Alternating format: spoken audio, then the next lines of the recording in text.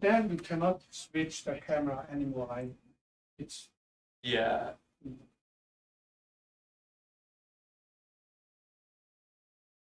Well, like this, like here and Zoom. You stop, right? We cannot. yeah, use both. I don't think so. Yeah.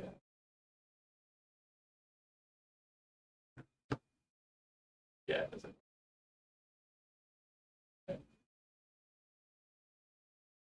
That's right. I don't know anything about computers. Oh, no, I think it's all good. So this one, can we switch to this camera temporarily so we can use this camera to introduce us a little bit like that? Oh, you could use this one too. If you wanted. Yeah, this one is vertical. Vertical is Oh, we could do that. I could do that. temporary, and then we need to switch back.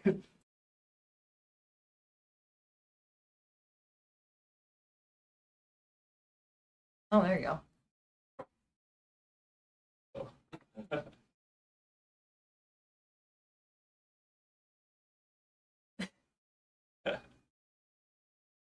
That's so vertical. I think we're to come at the better. Vertical.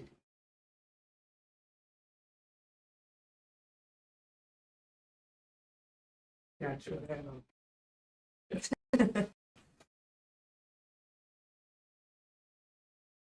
Good. Just go. Yeah, you're good.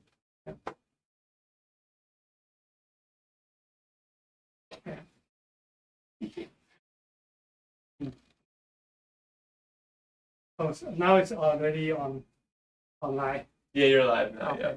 Yeah. Okay. Yeah. Hello, everyone. Today is September 6, 2024. Yes, University of Wisconsin Madison in Fort Dingle Lab. I am Wei Feng Ding, at microscopy instructor, teach the resident and fellow microscopy. Today we have a guest from ENT. Alex, she's the ENT microfellow. Today is Alex. I am the UW Head and Neck Surgical Oncology and Reconstructive Fellow, and I'm here for my first micro class. So yeah. So before where did you do your residency? out in at Henry Macomb. Oh, yeah. So, and why you choose microsurgery as your future career? You're really putting me on the spot today. I really loved head and neck. I really like the impact you can make, and the creativity and the skill that goes into it with, curing someone of their cancer, but also reconstructing them. So, Yeah. general answer. Yeah. Not getting too detailed. Yeah, head and neck cancer is kind of mostly people is kind of suffer a lot, and it's also senior people, and you affecting the swelling and eating, and that's very. So this surgery is not only life changing; it's also life saving surgery for the patients. People don't realize it can be really disfiguring and obviously really impacting a lot of their basic needs, but it's surgeries that you usually can see the evidence of, so not a small thing. Yeah. Yeah, and this surgery is really kind of a challenge in neck with. Okay, yeah, thank you. Okay, now we will start, and tell me about your experience of microsurgery. Roughly from 1 to 5. 5 is very expert. 1 is minimum experience. So I guess like what would you grade? Microsurgery Like, skill. I mean, like what, like how much experience? Yeah. Like what counts as like a Confidence kind of okay. doing a micro case. I mean, I've been doing all the micro for the past like month and a half, 2 months since I started. So I feel like my confidence has already grown from then. I did do micro as a resident too, a little bit as a senior resident. So yeah. So and how many kind of like anesthesis have you done? Say at least, not sure. Just I guess the number. Like That's a good amount. 15 to 20. Being generous. I'm trying to like, sorry, it's hard to remember. Because ENT there's a lot of specialty. Mhm. Yeah, micro is just one part. So yeah, that's 28. That's already a significant amount of micro experience in the rest and beginning of the trial. Yeah, we've been doing at least 1 to 2 a week. Yeah. Since we started, so that in like 8 weeks. So. Okay. Yeah. Yeah. So today, I would like to talk about a little bit about the microscope here. Mostly, I believe you are very, you know, and here I want to, you can lower your chair a little bit if you or switch to that chair because Okay. yes, Yeah, my you feet are can- not touching the ground. Yeah. Yeah, that's better. Yeah, this one can go up a little bit. This one cannot go too low, and this one cannot go too high. So that's why Okay. we have to need so many chairs here. Go up. Yeah, here's a button. Okay. Yeah, so here I just want to mention one thing like this. Mm-hmm. This is the input distance, and this one is the, you know, this one. Yeah, it's now on 0 because like I don't have I have a prescription. So Yeah, I just the you always diameter. want to 0 Yeah, it. the Yeah. diameter. Yeah, so when I teach, I would like to tell the student about this one, how to use this one.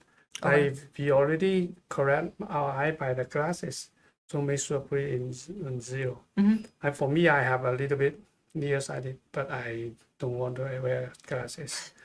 I just cannot feel comfortable. Okay. So I have to put it here. Okay. So you Make correct. it match, yeah, make it match my eye, correct my eyes before I set up the microscope. Because if I didn't correct my eye, and then set up the microscope, we cannot see the same focus level. Now I can see clear, and then you cannot see clear. Yeah. That's a problem. So that's when sometimes you go to the OR, if we need to check if this one matches our eye first, and then set up the microscope. Mhm. And then another way we use this one is when you go to the OR, and the teacher already doing micro or something, you sit down, and then you set up the microscope, match your eye, but you still cannot see it clear. So now what you can do is you just turn this one to either side. Mhm. So it's kind of, you make a prescription glasses for you right away Right. to correct the difference. So, and then you don't need to interrupt the surgery. And yeah, sometimes our eyes are also different. In the morning, maybe better at the afternoon, my eye is getting worse. And then my eye is a little bit different. Mhm. So sometimes I will let you see clear, and then I adjust that to match my eye. So we can get both of these two sides can see in a very good focus. Mhm. Yeah, so that's one thing I want to mention. This microscope is a senior microscope.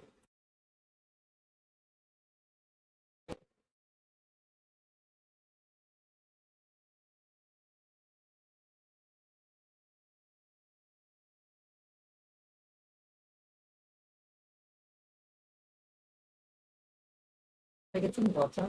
Oh, yeah.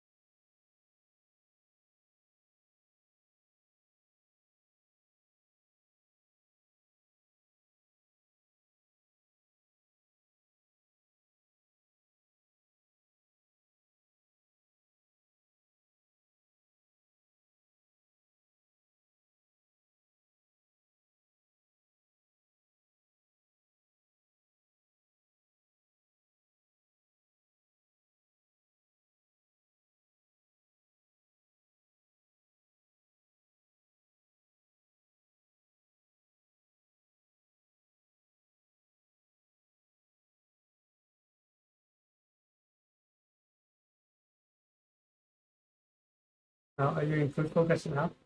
Better. Perfect. I want perfect. Yeah. Okay. Yeah.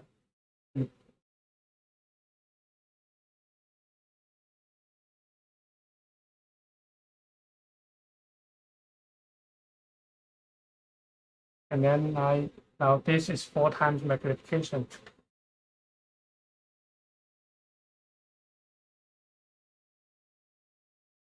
Very blurry now. Yeah, very blurry now. So now we can see the diameter is what we can see is now it's only 10 millimeter. Okay. See? Mm-hmm. And then as we zoom in and then it becomes very blurry. Now we defocus the microscope again, Mm-hmm. and then we zoom out.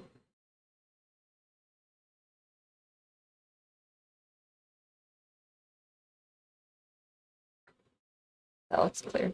Yeah. So the space is like 660. Mm-hmm. So now it's 6 6 centimeters. Yeah, 6 centimeter.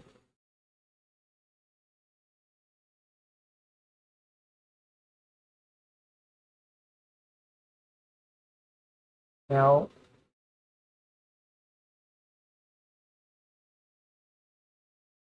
okay, so Alex, do you see now we zoom in. Mm-hmm. This time we zoom in all the way. The microscope can stay focused, Yep. right? And zoom out and zoom in, it can stay focused. Yes. But at the beginning, remember when we and then we lose focus. Mm-hmm. So what has been changed? Why You changed your yeah, match what mine. happened? What you changed. What microscope stay focused Mm-hmm. from zoom in to zoom out, right? Mm-hmm. You don't want to set up the microscope again and again. Mm-hmm. So what happened? How we can make it? You adjusted your side to match mine. Now I want to talk about the depths. Mm-hmm. Like this depth, this depth is how much depth is there? What we can see clear is just like 2 millimeter, Mm-hmm. right? 2 millimeter. You write down 2 millimeter. And the space is like just 1 centimeter wide, the diameter. Yeah, and then let's zoom out the microscope.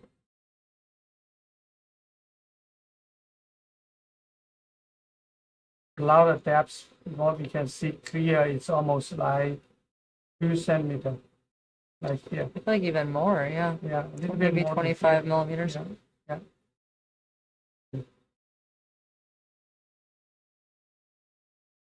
So It's the same ratio.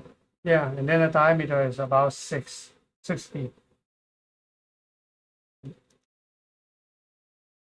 So here I want to kind of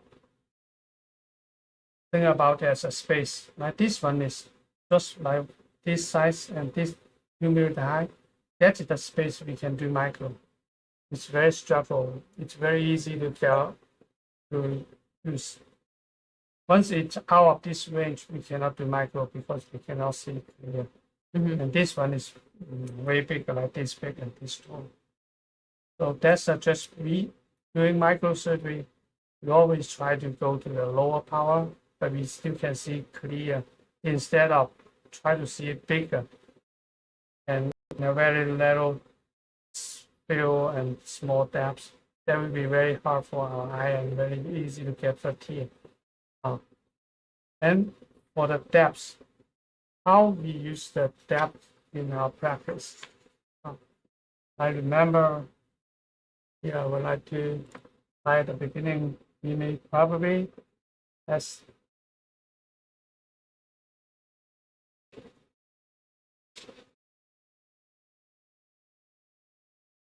the depth is like this big.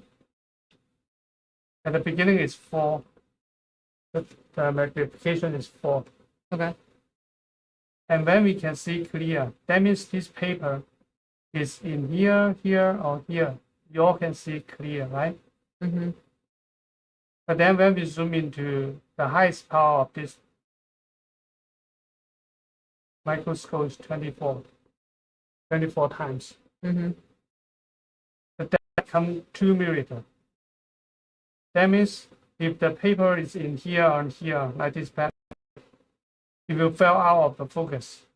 We cannot see clear and it's getting blurred, right? That's what happened.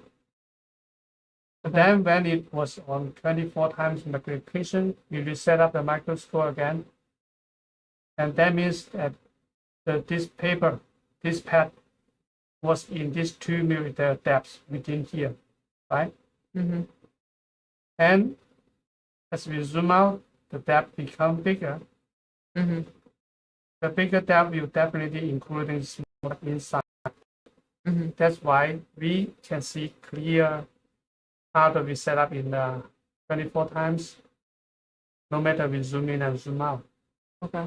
And in the practice, that suggests we should set up the microscope in higher power and then go to the appropriate power to do micro.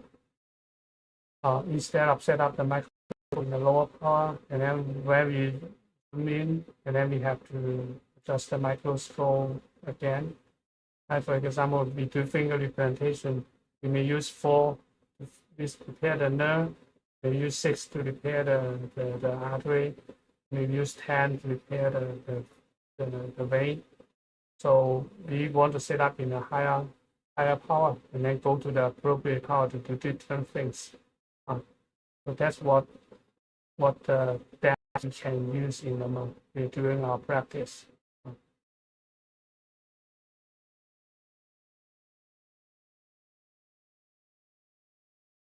Yeah, okay, that's the microscope.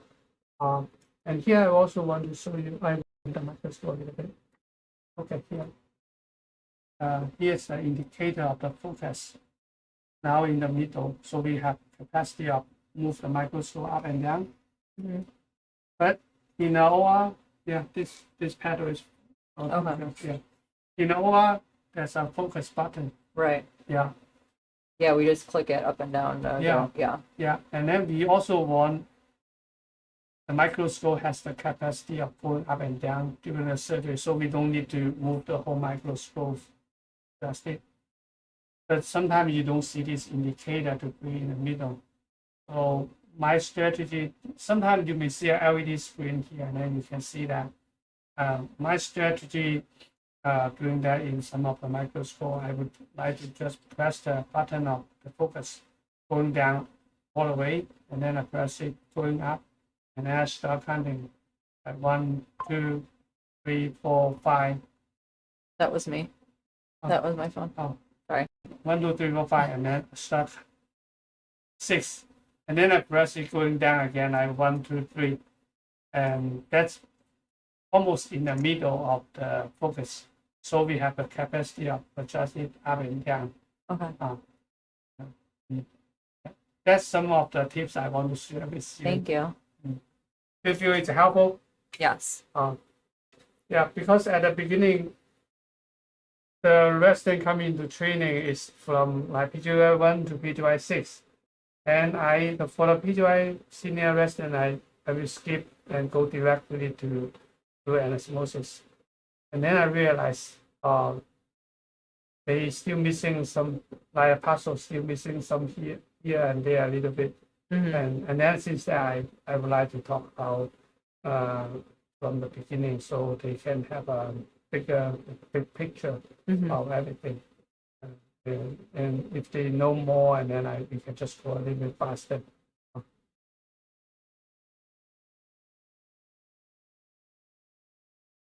Okay. So the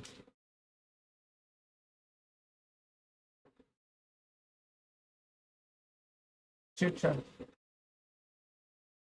So the suture, when after I use a lot of suture, I realized the suture is not always the right. They always make the right product for the microsurgery. Mm-hmm. I want you to do you know this information? Yeah, the taper needle with like the end. Yeah. Yeah, taper needle. Yeah. And this is the 3/8 circumference. Mm-hmm. The half circumference is not easy to use in the micro, so we prefer like this one. This is the 5.1 millimeter needle. Mm-hmm. The BV is for the blood vessel. 100 is the diameter of the needle is 100 micron. Okay. This is the suture. Right. So 0.3 metric. Metric is a pharmacology unit of the size. So 9O is 0.3, 10O is 0.2, 11O is 0.1, and the 12O is 0.01.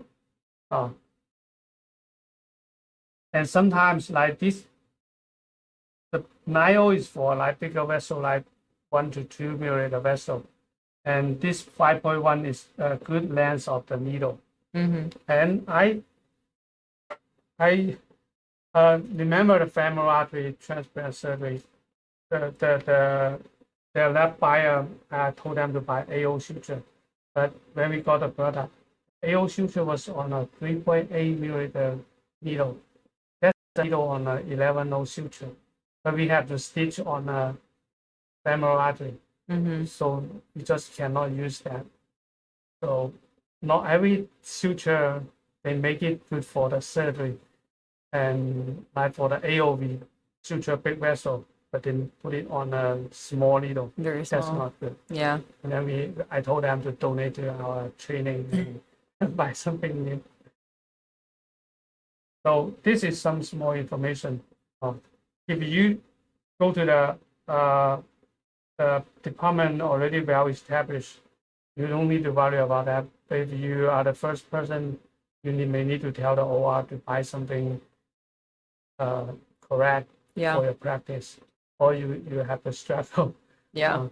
No, you're right. It's a luxury. You don't realize it until you're on your own. Yeah.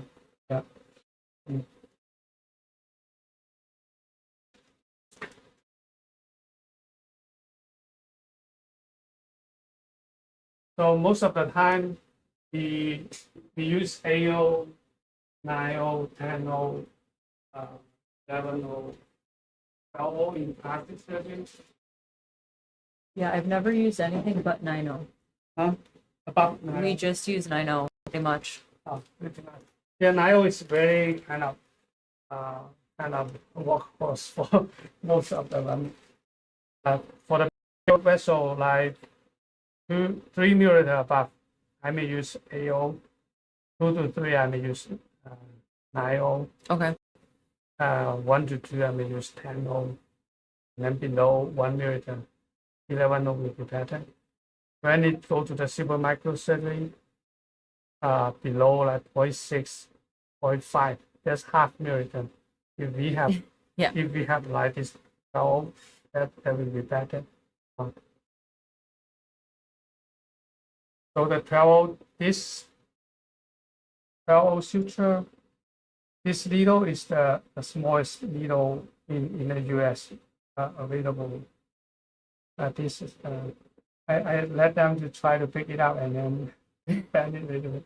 It's a little bent. Yeah. So this is That's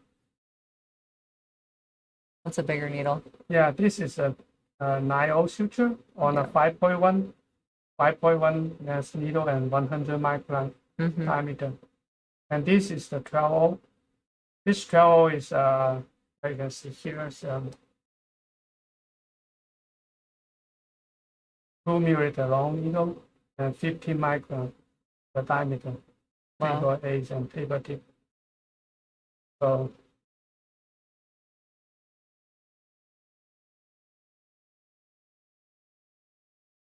you can see it's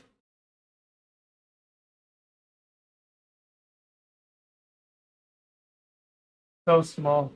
Mm-hmm. Yeah, you can try. To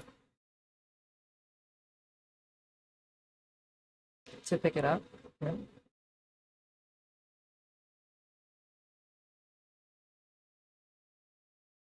It's so little. Yeah. This rainbow instrument also that's the finest instrument. It's a little bent. Yeah. I let them try and it's not easy for the, Yeah, it's already, you see how it's like, it's almost like S-shaped, yeah. but yeah. Yeah. What do you use this for usually? Like, which For, vessels, like, typically? I mean, what we use I haven't for really. is lymphedema surgery. We connect the lymphatic vessel to the vein Oh, to treat the lymphedema. okay, that makes sense. I was just curious because I really have never seen it used. Yeah. Okay, wow. Mm. That's Okay.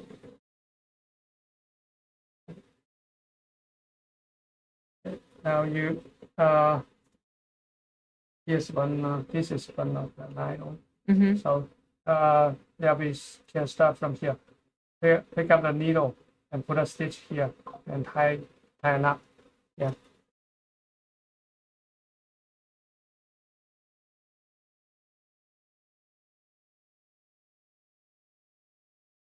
Like anywhere? Yeah, just here. Yeah. Oh, like right. Okay, sorry, I wasn't sure. Mm.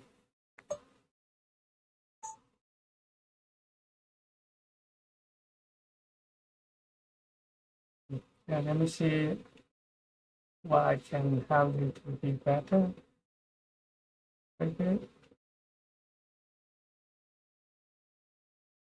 I'm pulling the other. I feel like whenever I pull it, I should pull more through and have a smaller tail. Hmm. Yeah, You know what I mean? Yeah, that's a good point. Because my tail's a little long. Mm. Yeah.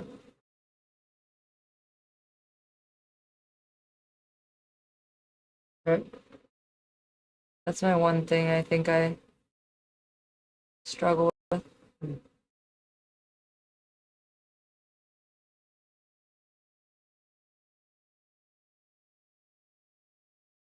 Okay, I think you are pretty good. So we can move to the Okay. uh,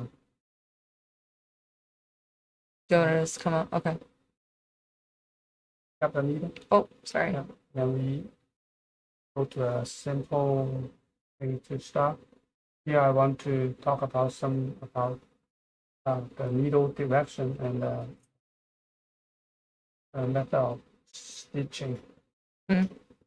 This is it's a very simple model we use. It's kind of, I think about this is a vessel, and here's one of the vessel, the end of the vessel. Mm-hmm.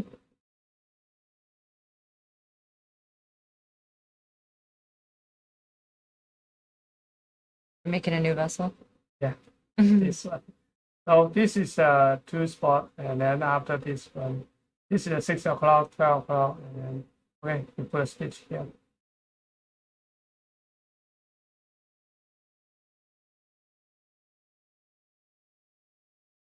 Sorry, just one end of there.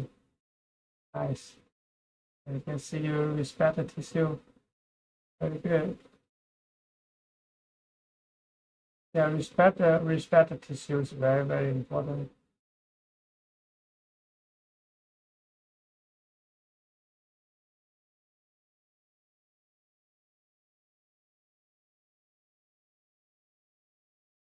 See, this is what I need to do more is bring this a little more. And then, so when I pull through, I don't have such a big tail. Mm. Yeah, you can adjust it after you make a loop on the vessel. If you feel long, you still can. I feel like it's too much. Yeah. So 5-6 millimeter, that's a good length.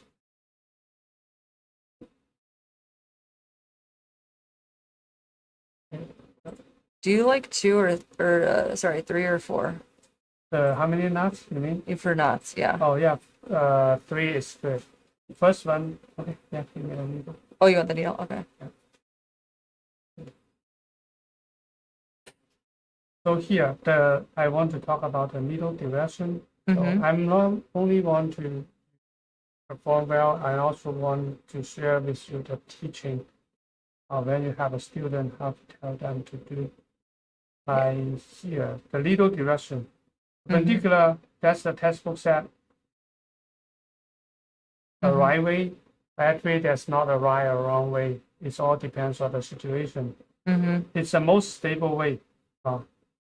But when the vessel is kind of like this, in this direction, we would like to pivot a little bit, needle a little bit, or we want to move our hand a little bit. So we want to be holding the needle parallel to the axis of the vessel.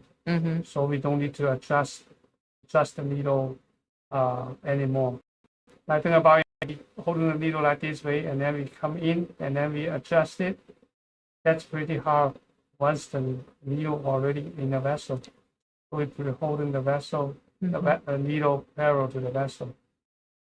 Then we press here with some movement can make it easier to pierce the vessel. What we do is raise the edge, and then we press the needle down. And our needle. The second thing about the needle direction is the needle tip. We want the needle just pointing forward instead of pointing up. Once it's pointing up, you need to adjust a lot to do the pierce, right? And if it's pointing down, there will be higher risk of hitting the back wall. Back walling, yeah. Yeah. So mostly we want to hit it like this way. In some situations, like a simple microsurgery, we intentionally want the needle tip pointing up a little bit, so we can only catch the front wall. That's another story.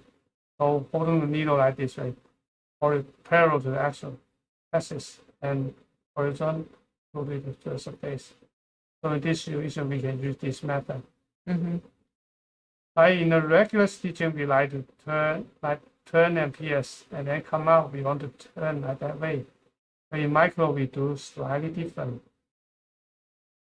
We raise the edge, press down, and we move forward. And this side, we don't go like try to catch it. What we do is we holding the needle, we see the needle tip, and then pick up the needle vessel and put it on the tip. This one is very clear, only the front wall on the needle. And then what we do is we lower the distal end, and then our needle just move forward again.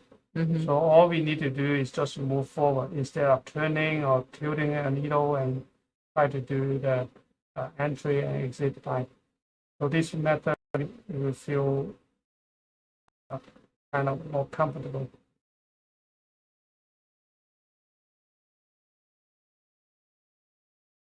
Okay, I will try. Let you try and then finish one more line, and then we will use a new suture and we tell you something.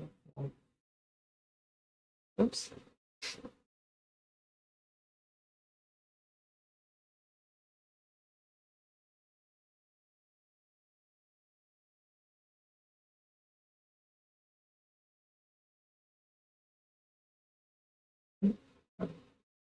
When they're very close, we can use. Should I just do one? Okay. One step. When there's still a gap, use 2 steps is better. Okay. Yeah. So you think I should have just done one step? Yeah. Should I retry? Yeah, you try. Okay. When there's a gap like the first and second stitch, most of the time I would like to use 2 steps, because when we focus to reach out to the other to the distal end, we may ignore the vessel wall already on the needle, and then we tear it. Okay. But that's the real lesson I learned. Okay. And in that time, I tear the vessel, and then I have to trim it down and making it even shorter. And then do you always do a surgeon's knot? I know some people say you don't have to. You don't have to. But the first one and second one, when there's a tension. Only if there's tension. Yeah, no tension, just regular release. Okay.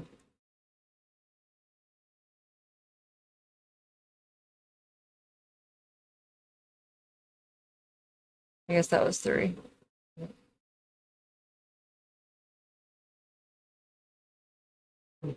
I don't know if I have enough suture anymore. I'll give you a new one.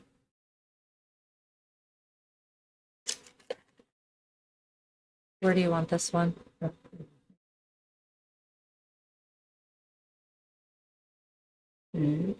we use a lot of suture. This one is from the morning. I can imagine. How many sutures do you go through a day? The suture is kind of Do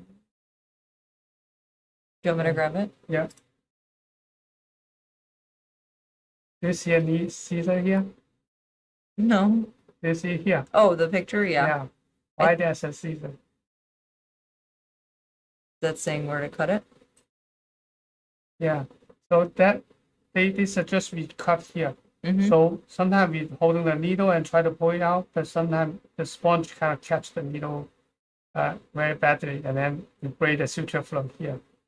So we can cut here, or we can release the tail from there, and then go to pick up the needle. Oh, I didn't know it would usually gets caught. Is that common? Yeah, sometimes it depends. The ethicon is pretty good. The sponge is small.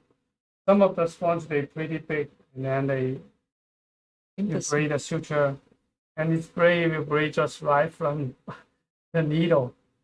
Mm-hmm. You may use a bigger needle holder. That needle holder is not so strong enough. Yeah, try this needle holder. This needle holder, you can see it's so, It's very fine. yeah, the tip is very thin.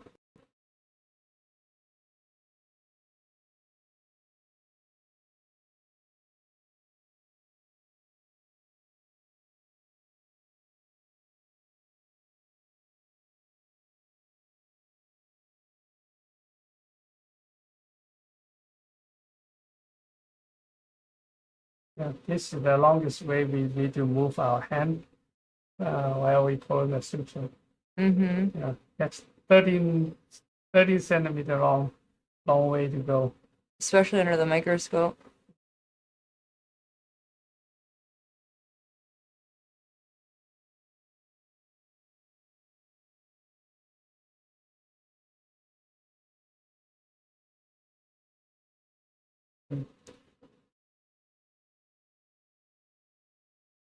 Yeah. Okay. Now I want to talk about the knot tying method. Okay. Do you see some different knot tying method in the OR? Typically, I see the same with the, just tying square knots back and forth typically. Yeah. But there's also, I did watch your videos of your different methods. Yeah, so the knot tying method, sometimes you may see different knot tying method, Mm-hmm. and I want to share you one, and we use in different situations. There's some different technique there. Like what we usually do. Oh, here, when we pull the suture out, I would like to keep the suture pass through the vessel wall. This part go straight, Mm-hmm. so don't go this way, because once the suture is caught in somewhere, you will cheese wiring the edge of the vessel. So I would like to keep this part straight. So there's two ways. One way is we put the forceps, put a needle holder here Mm-hmm. as a pulley to make sure this one goes straight. And sometimes if the vessel come along with pulling it, we put the forceps or put a needle holder here to secure the vessel, like this one. And there's another way. If we didn't, we take the needle out, and then we keep using our hand needle holder. We can put the forceps here, so we can keep it go straight. Don't just go this way. That's not good.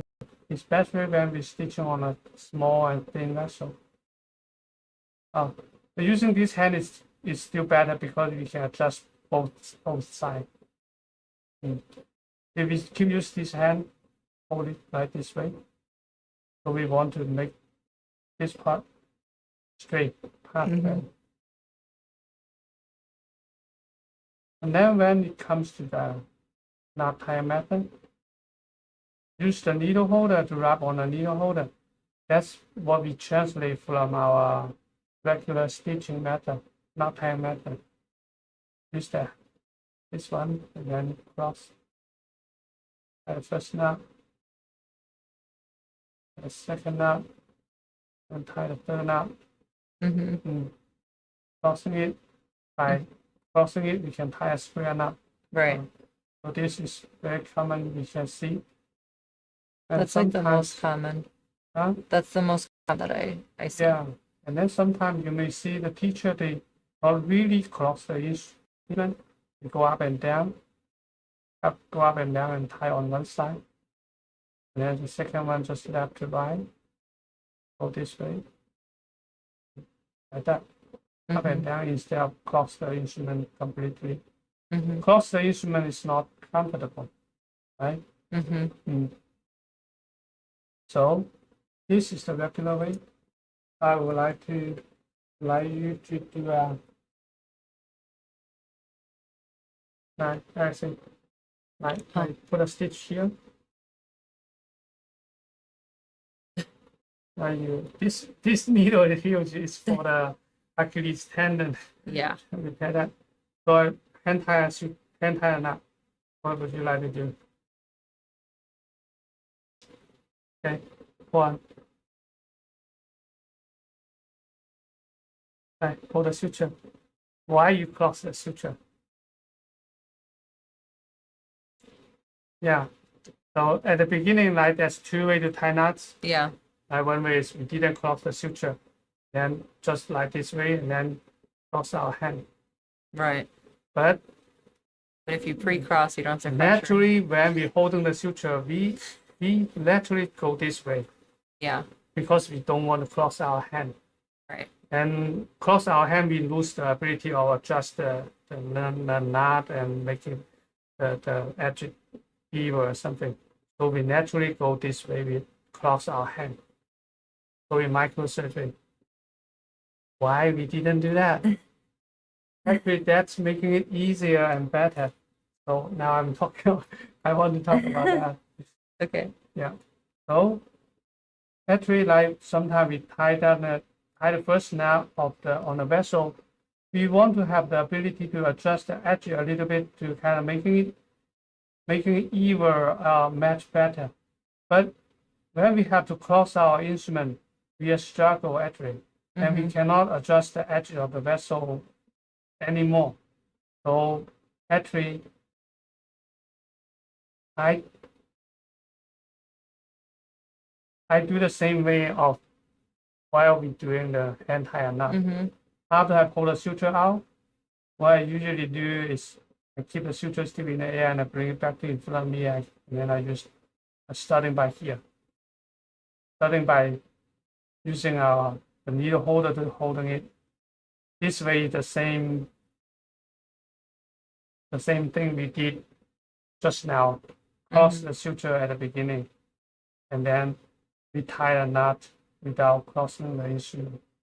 And then the second one, go this way, went down, and the third, go left to right. So this one, I feel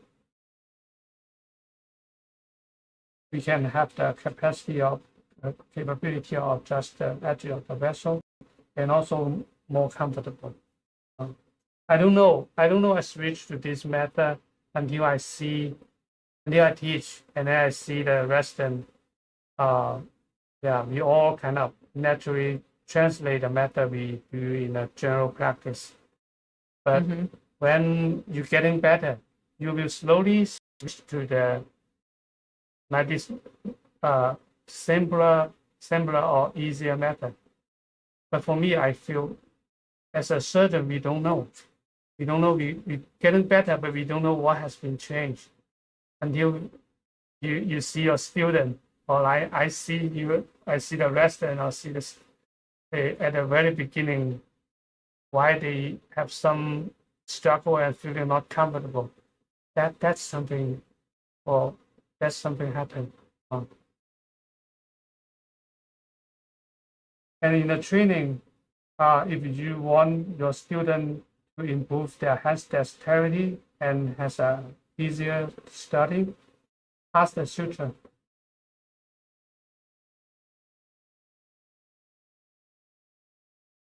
This one, you may not see this method a lot in the OR, but this is a very practical method. by passing the suture. Mm-hmm. For example, like some in this side, there's not enough space to pull the suture, pass it, and then and another one is the advantage of this method is we train both our left hand and right hand to get used to tie knots. Mm-hmm. That's the way of improve our hand dexterity. It's a very good method of training. I pick up this method kind of just accidentally. One day I see my teacher was doing this method, and then I feel it's fun, and then I do this one.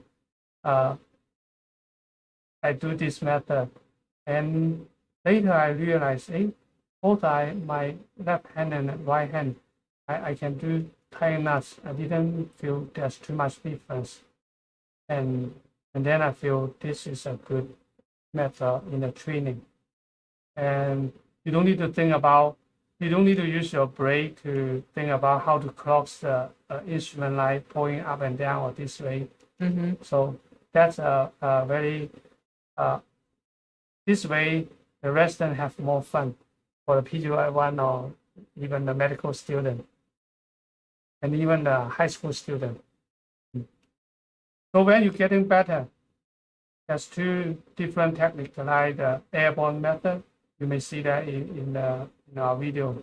Mm-hmm. So airborne is kind of the airborne method is the idea is we use the instrument to control the short end instead of just let it go. So this one, once you get it, it will become your only method of tying knots. That's our resident told me. He said, "Oh, it become my only method." I mean, you kind of you naturally go this way once you get this method. So I see when I go do this now, I support it, and then I go under to catch it, and above. When I go above it, and then I control it. See, I press on it, and then I press down and catch it. So this method, actually, at the beginning, I feel it's pretty hard to teach. For me, as a teacher, it's very hard to teach, and it's very hard to learn. Yeah. Until Jamal, your senior fellow, one day we teach him, and then the next day he come back, and then he showed me I got that airborne method, and I asked him, now if I am the student, you teach me. How do you like to teach me? He said, I just keep saying two words. This one is under. One under is I go under to the short end, and then I go under to catch it. Under, over. Yeah, and then the second one is over. I go over the short end, control it, and then I go over the needle holder to catch it. Since that, this method has become my teaching method and very efficient. That's great. And I can teach the PGY1 to do this method. Because I realize this method is a very good method for them to build up their confidence, and also a good way to let them struggle for a little bit. And every struggle will come into their improvement of the dexterity of their hands. Okay. And when you even getting into some difficult situation, here's one of the method you would like to use. It's only available in here. Let me tie the first knot. And if we're working in a deep space like in a chest cavity or oral cavity, we realize once we release this end, it may hide behind the vessel, or it's very hard to pick up. Yeah. Or you don't have a good assistant can put an instrument to help you. Oh wow. So this method, you never lose your short end. Looks slow, but it's very helpful. No, I need to learn this one, Mm. especially if you're by yourself. Yeah, especially like sometimes nobody can help you when there's very tiny space or they are not very good enough. They are not good enough to pick up a small suture. And so it's a very simple method. It's I would like to say it's a airborne second or airborne reference version. Mm. So now this is mostly what we can tie knot and why we use different technique in different situations. Okay, yeah, I hope that can be helpful for you, not only doing micro, but also when you have a student, you teach them. Okay, now you stitch on this one.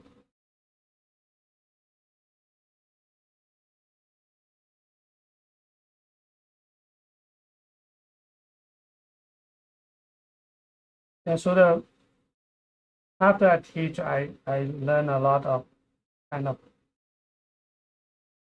and I realize teaching is also A skill. a skill, Mm-hmm. and also I benefit from a lot. I need to be so patient, and then I should not yell at my kids. I should give them time, and Oh my God. I should let them make mistake. I want to learn that last one. Okay. So But the first one I just a regular one, just that yeah. last one where you don't do anything yet. Yeah, one thing's different is Do you we do that? holding the needle by the needle holder, the long end, holding the long end. By the Oh, needle so I have to transfer it first. Yeah. Okay. Okay. Yeah. Then, Okay, here's something. okay. Remember why one thing I want you to remember is in front of you. Mm-hmm. Like every time, push a little bit, focus a little bit. Is that good for you? Yeah. Okay. Release the suture. Sorry.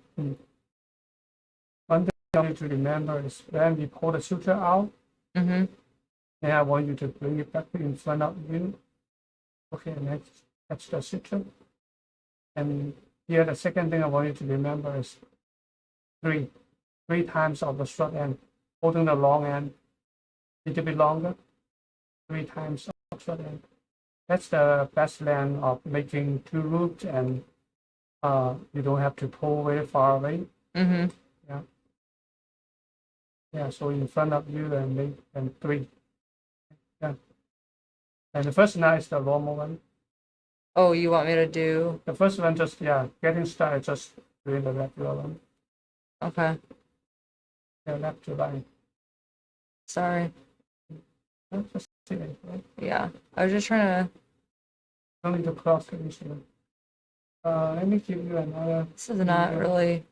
The tip. There we go. Open. Yeah, it's not.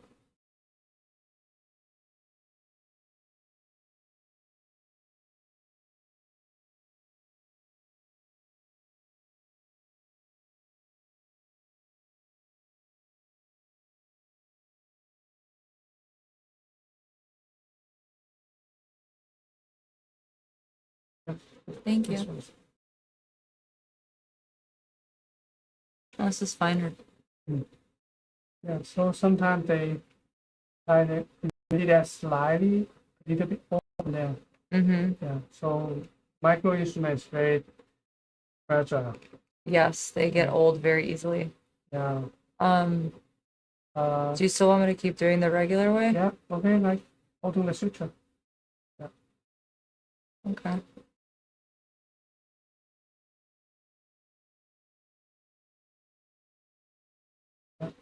Okay, holding that. You want to do that way, okay, like holding the suture. Okay. Oh, yeah. Yeah, and then put it into the, open the, yeah, Oh, okay.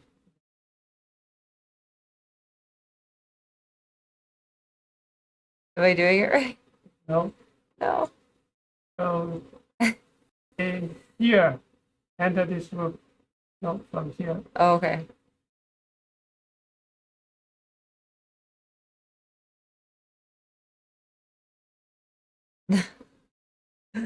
Okay.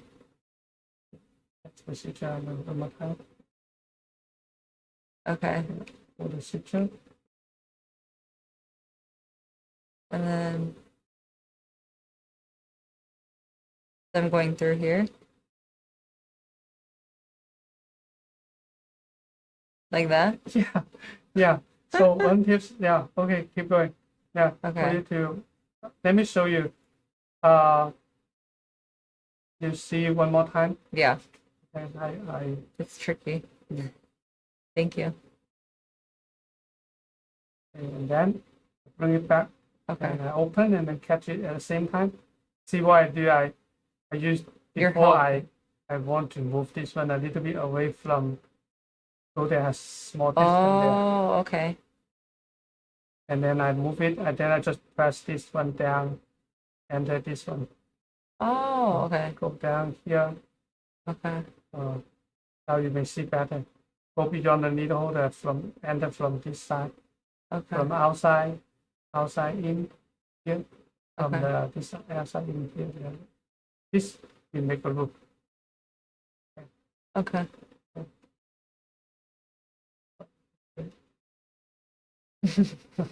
But actually, the second knife, it doesn't matter too much. Okay, now Yeah. push it a little bit. Let it have some space in between. This one is just.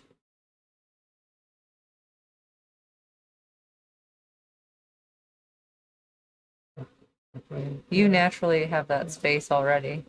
Yeah, I try to move a little bit if they're too close. When Yeah. it's very close, it's very hard to. You cannot see them. Yeah, I was But making this that one is- mistake. Yeah.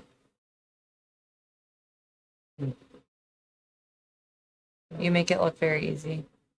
Yeah, because it's my tolerance of time. So that's the difference. So the only secret is the treating. Yeah. Yeah. Practice. And practice. Okay. Yeah. And Do you want me to cut? practice in Do you want me to cut for right- you? Practice in an effective way. And that's why, as a teacher, it's important we practice the right things instead of practice in the wrong way.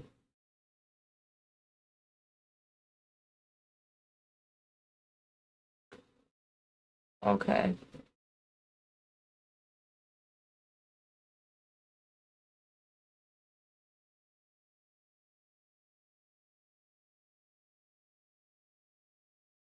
Yeah, try to line up it. Try to line up after Oh, entry. Okay.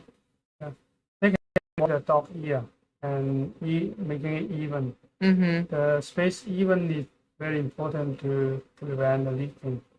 Mm-hmm. You want me to do this the new way or the old way? The new way. Yeah. Okay.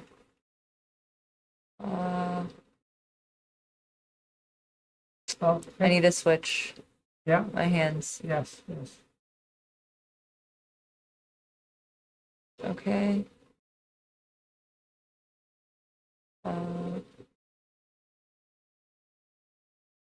Come here.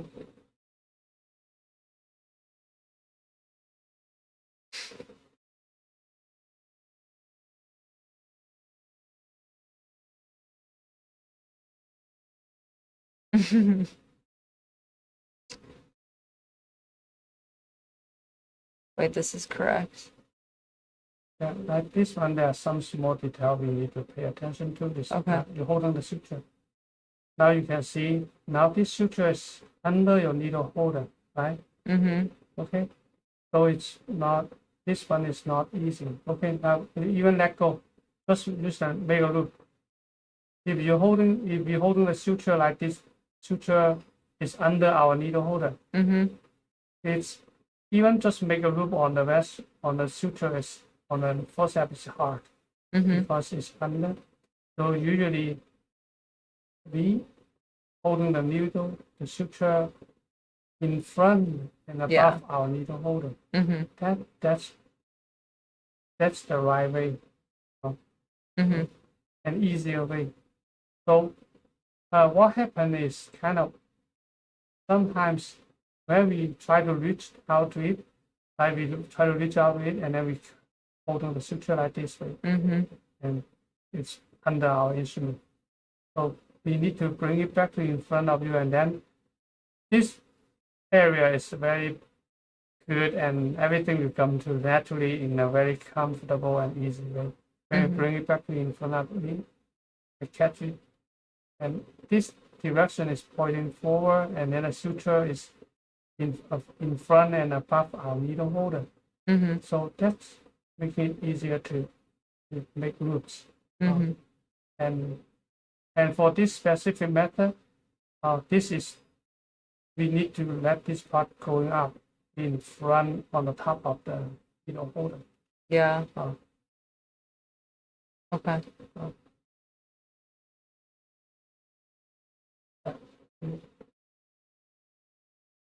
Yeah, so still the same way.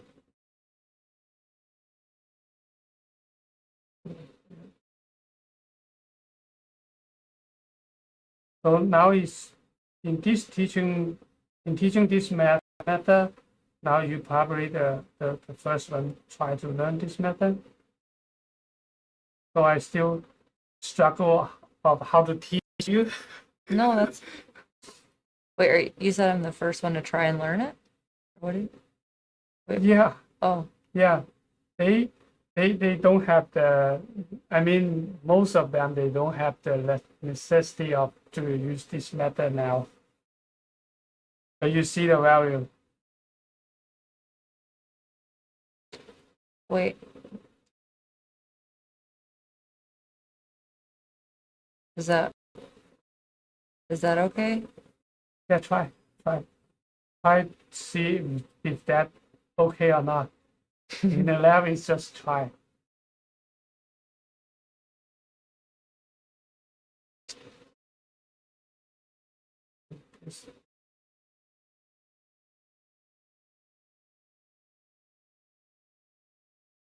Okay, and then I have this. Yep. Yep.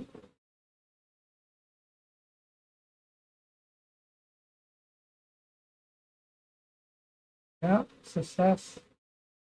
Yep. Wait, I keep forgetting. I need to hold on. Yeah. So, yeah.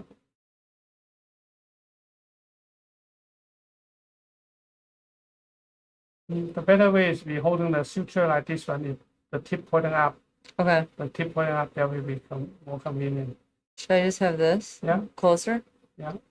Nice. Yeah. Right. Yeah. I just want Don't let go. Catching this one. Yeah. Nice. Yeah.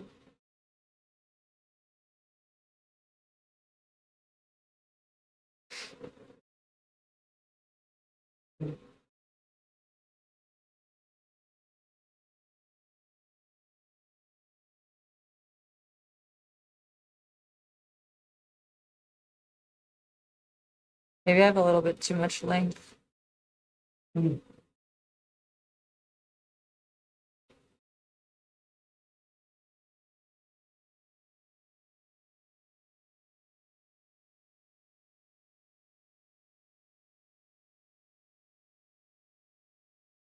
Okay. Yeah. I'm gonna try that. Airborne? Yeah, the airborne method. Yeah, Yeah. that too. So the airborne, the airborne, you can use either hand to start. Like above is just like if you start by this hand above control.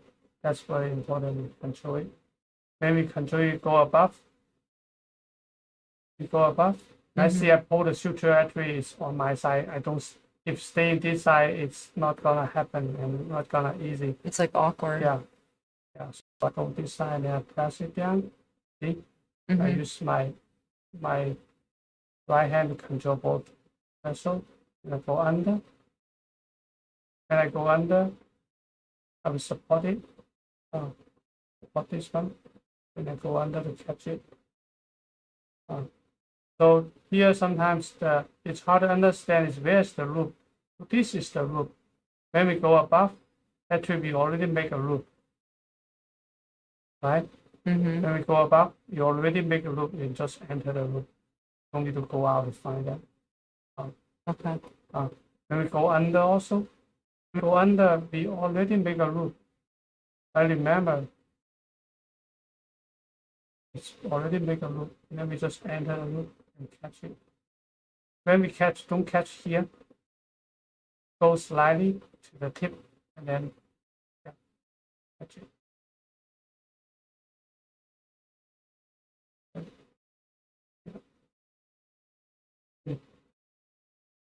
Okay, so then you try and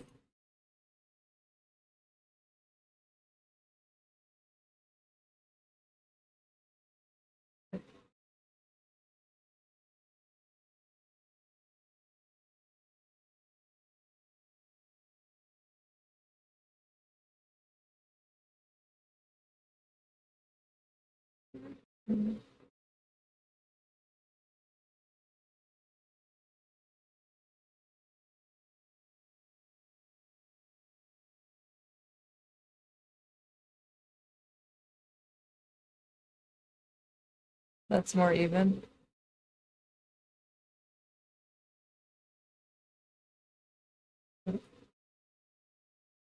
So for the first knot, do you usually just do a regular surgeon's knot? yeah, And then after, will you switch yeah, to something holding a else? little bit, holding a little bit longer. Okay. To do the airborne, the length or the ratio of the suture is important.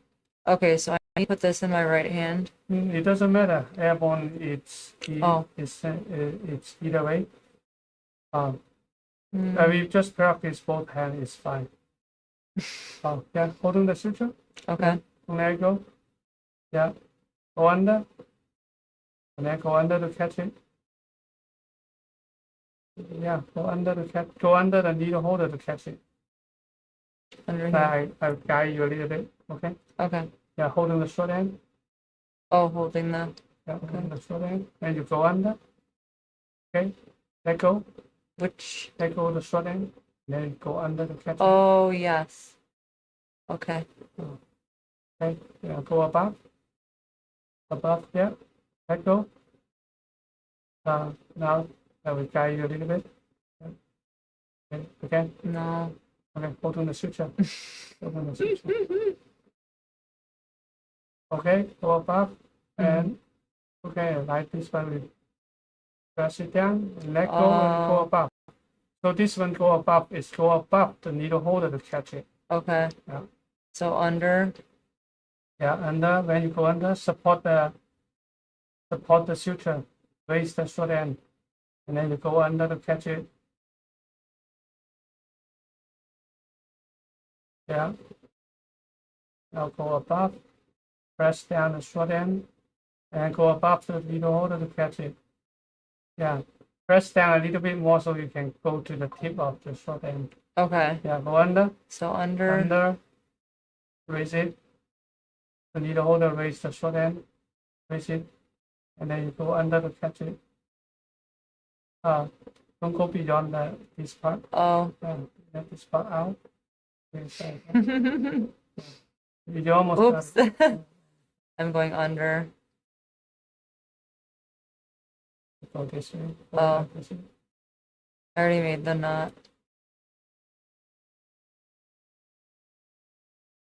Okay. Mm. So over.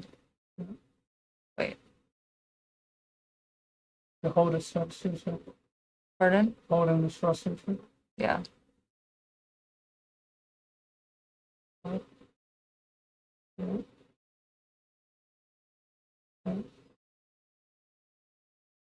Yeah. Okay. Go under. Yeah. And then raise the short end. Go under to catch it. Yeah. Go above. Okay. I need to stop letting go. Yeah, holding a little bit longer of the long end. Okay. Then feel more Like that? Yeah. Okay. Wait, hang on. So Yeah. I'm gonna go under. Yeah. Under. Yeah. That's it. Yeah.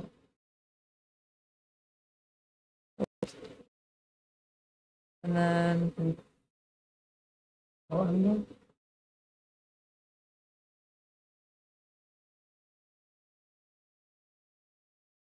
Yeah. Go up. wait. Sorry. Yeah, it's fine because it's your first time. Okay, I cut it and then you start from the middle. Okay. Yeah, okay. A little bit too short. I need to try this one again. Yeah. Uh,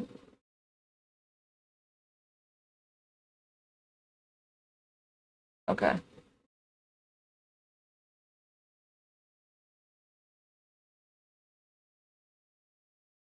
Do you want to go in a here? Yeah, yeah. I just didn't know if you wanted it to be a checker. Yeah.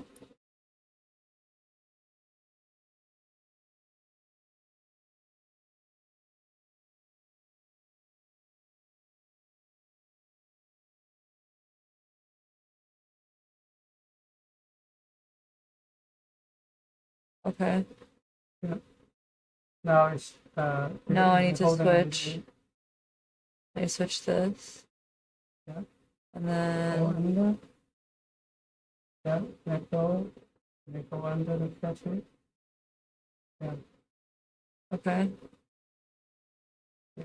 Go Wait. yeah, go above and then just enter this room. Enter this room. Yeah. Yeah, go into yeah. Okay. Ah. Okay. Under. Go under the needle holder. Oh yeah. Yeah. And go up.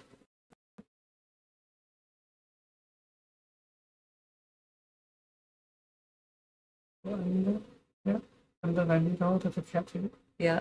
Yeah. Yeah, you pick it up really quick. And over.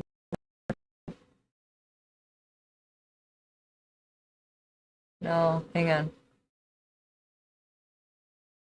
Yeah. There we go.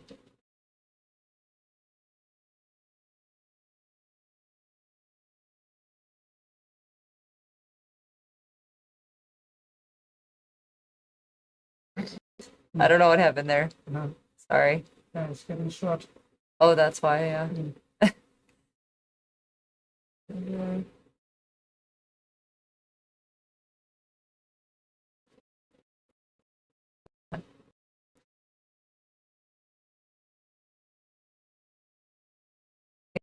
More slack.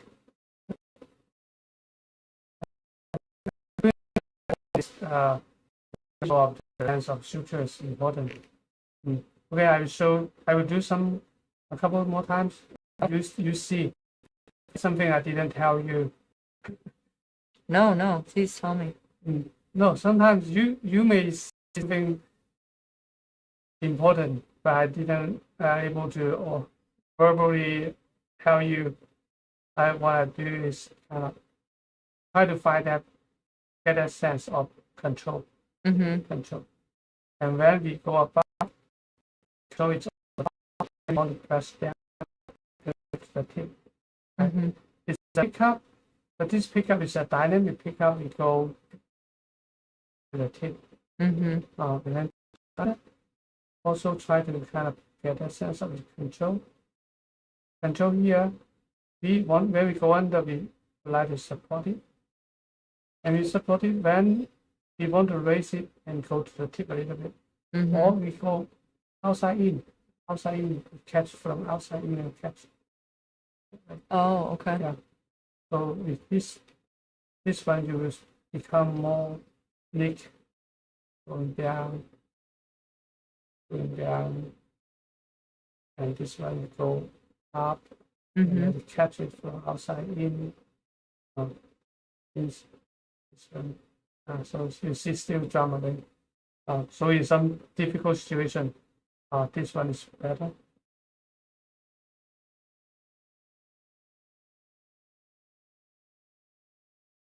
Because this one you can control both of them. Mm-hmm. You will never lose it. Sometimes it's very hard when the suture hiding in somewhere, Mm-hmm. especially like behind the vessel.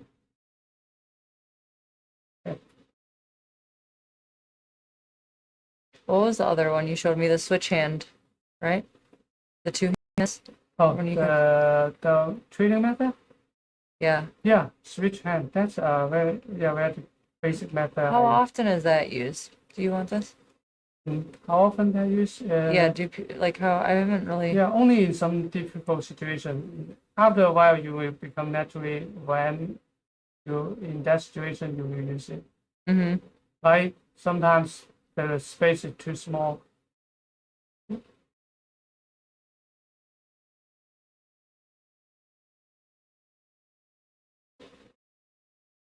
But this one, you feel this one is not enough space to pull it.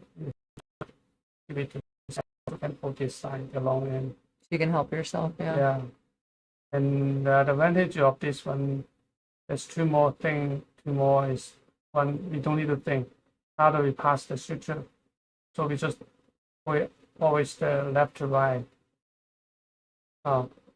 And that's good for the PGY1 or I teach two medical student and high school student this summer. High school. Yeah, they can do micro after 1 week because their method is so.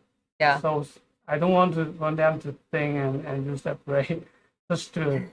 So their hand is good actually. After that's also the muscle training. There's not much difference.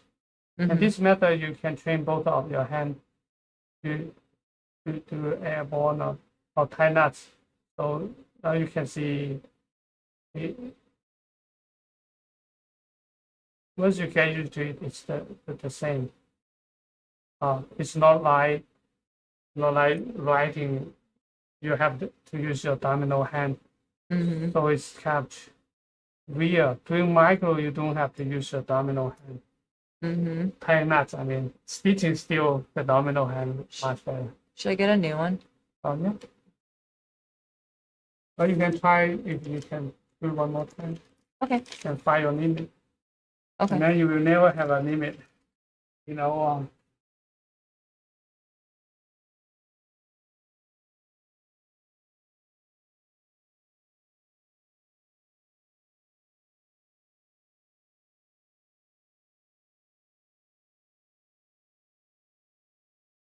I just want to do a double knot at first. Yeah, you have very good control of your hand.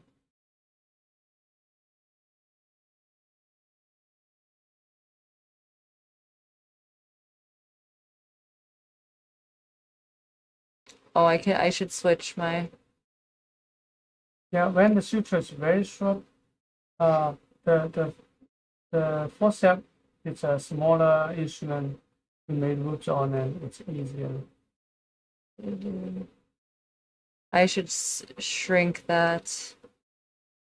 Probably I should shrink that edge, this end.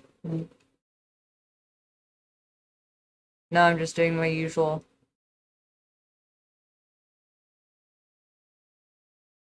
Yeah. If I would have made that end shorter, it would have been easier. Yeah. But I didn't. You can measure how short it is now. You want that here? Yeah, measure it. See what's the limit. Oh, let's measure, yeah. Yeah. That's what it is. 5 millimeters? 6 millimeters? 7? Yeah, about 5, about 6, like that.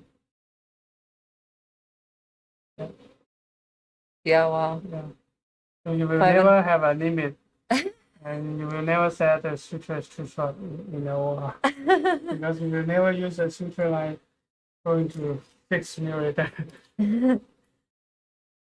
it's kind of fun to test yourself and see how short. Yeah. I used to do that as a resident, like how much can I use this before Yeah. before it's done. Mm.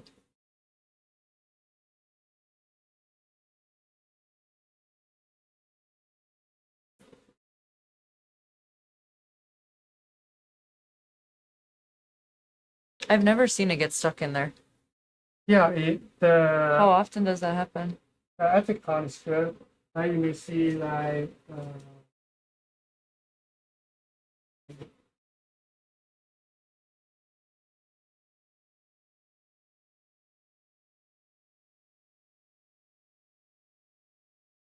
this is another company. They make sutures. They put a suture in here. Okay. Yeah. So sometimes they start in very firmly and then with the suture. Mm-hmm. At the corner, this one is very sure of that groove of the suture.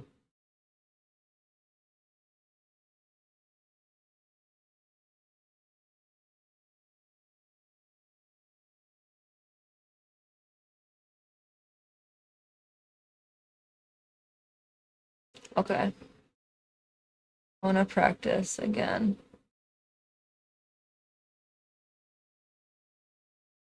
So, Yeah, go under, under, yeah. Go under, and then you enter the loop. Yeah. The suture again.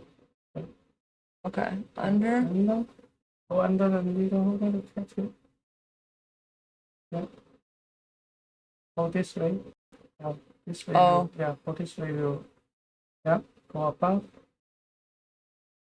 Yeah. Catch it. Go under.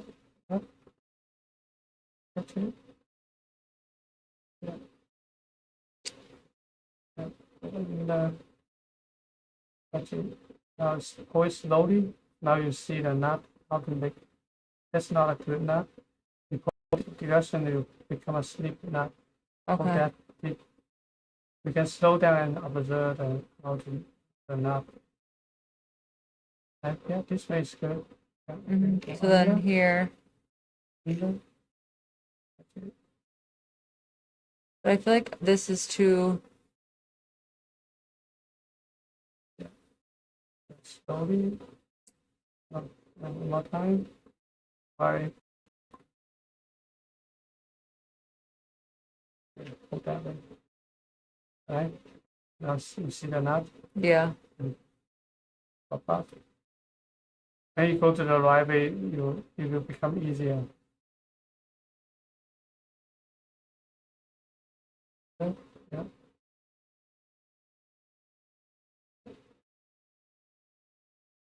Go that way. Mm-hmm. Yeah. Yeah. Yeah. When we getting better, our brain has better bandwidth to handle more information.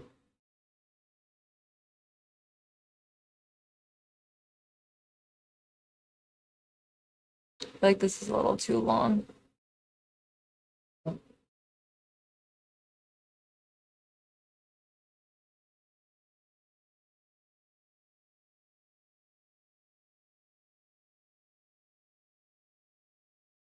I saved it. Okay, so Under. Yeah. keeps going. What do you do if that keeps happening? The strand fly away. Like it keeps going. Yeah, if we just keep going. Yeah, that happens. Yeah. Yeah, So no, then what's the best? Yeah, it's not always kind of can we have that good. Yeah, sometimes fly away. We just keep going. Yeah, keep going. Okay.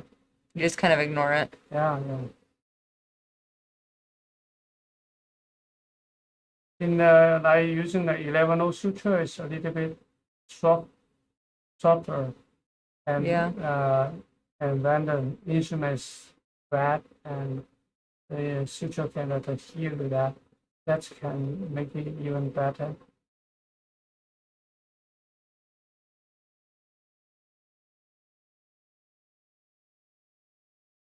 Okay.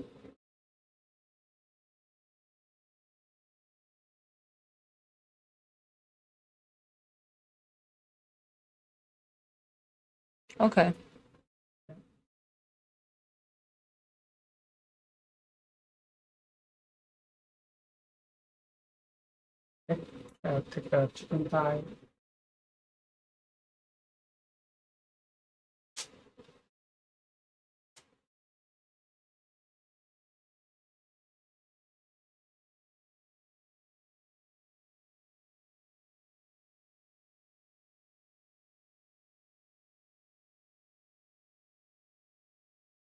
Would you like me to move this? I'm gonna move this.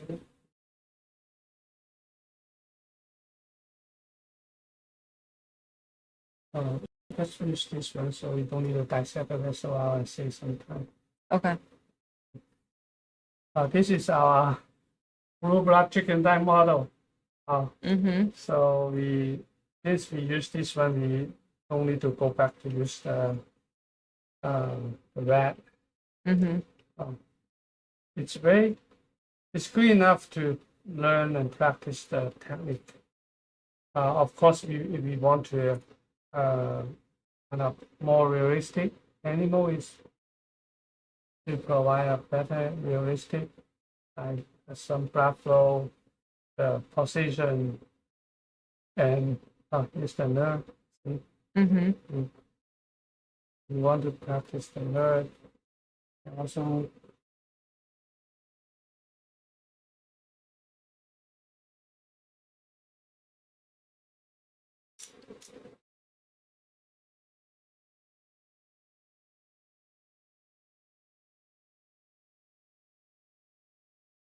Yeah, we just did like 6 neurographies the other day. We just did like 6 neurographies the other day for the facial nerve. it's on there.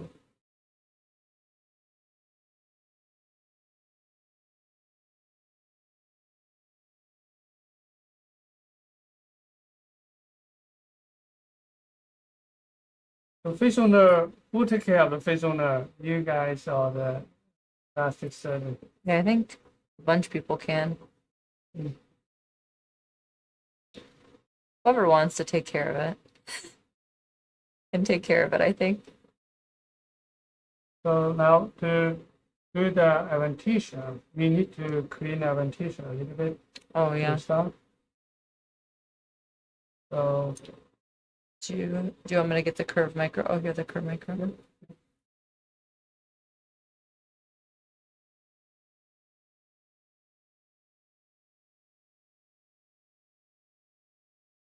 the goal is to just trim out 23 millimeter away from the edge. So that can prevent adventitia getting into the lumen. Mm-hmm. We want to remove any fluffy things.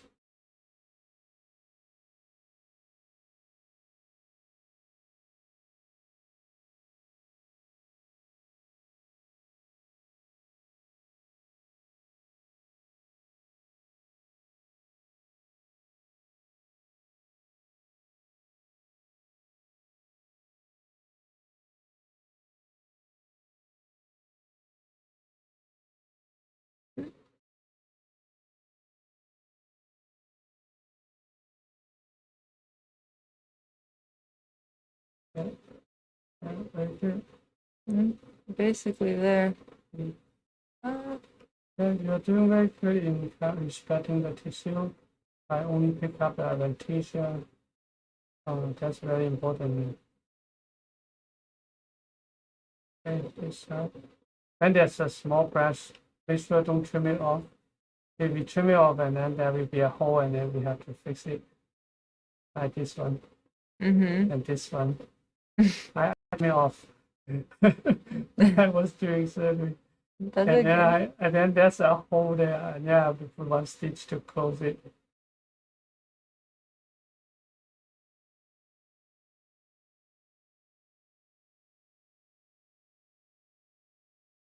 I'm about to cut it. No, I'm just kidding.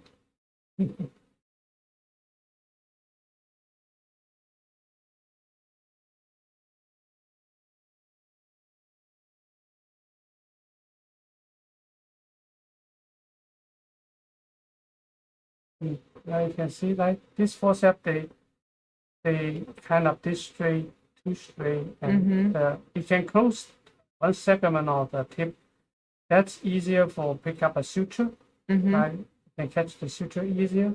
Yeah. But when it's going to pick up the tissue, it's not so accurate. Yes. Accurate.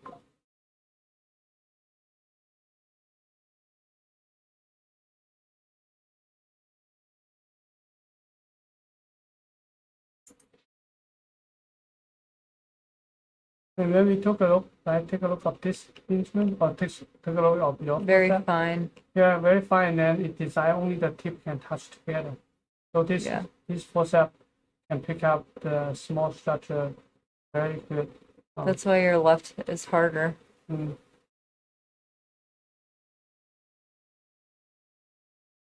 I don't know if we have a lot more to trim. Yeah, that's good. Okay. Okay.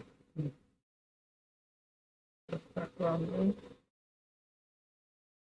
So for the anesmosis, there's two major different methods. One is front wall, like we can do the front wall and then we flip it to the back wall. And in some situations we cannot flip it, and then we have to do the back wall first. That's another kind of method is the back wall first method.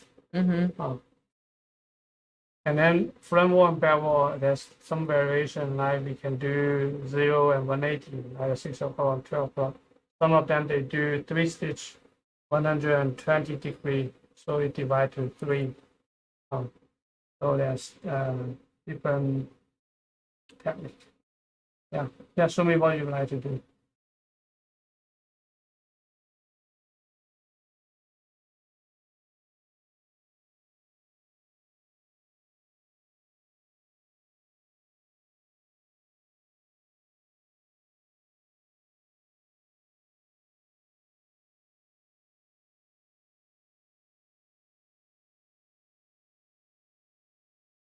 Sorry, my. Now, if we don't pull it out all the way out, we don't need to pull it twice. Yeah. Yeah, just pull it out enough to go to the distal side. Then we just need to pull this.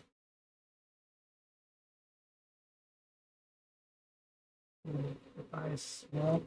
Too small. Yeah. By size theoretically is twice of the thickness. Let's try again. In the lab, you just try again and again. Yeah. That's. No, I mean even in real life. Sometimes you have to.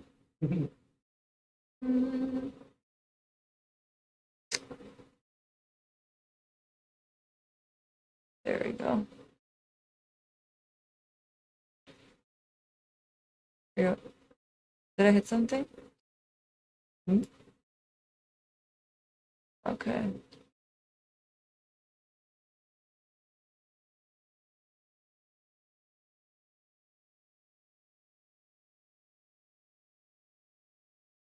Oh, I bent the needle. I think I hit it on something.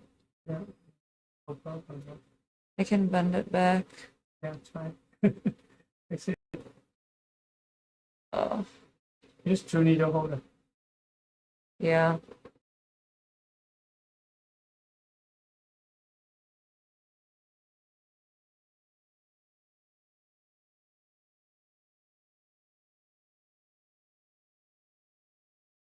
Nice. Yeah, very good. Okay. Yep. I'll trade you. It's like good as new.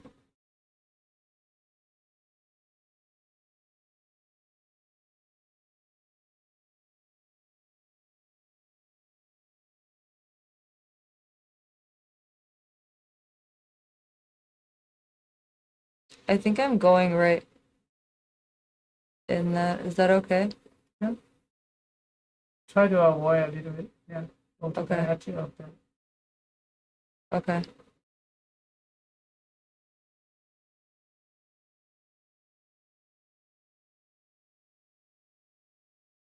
This tail a little bit. This tail is fun.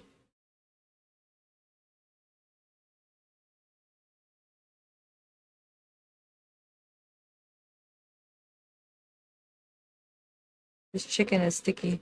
Mhm. Raw chicken is slimy.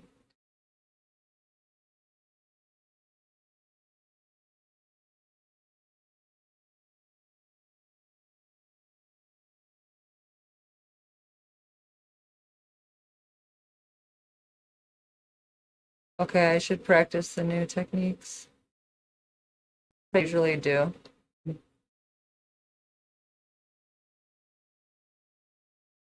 You already got it. Just need a little bit more time so it become naturally use it. Right.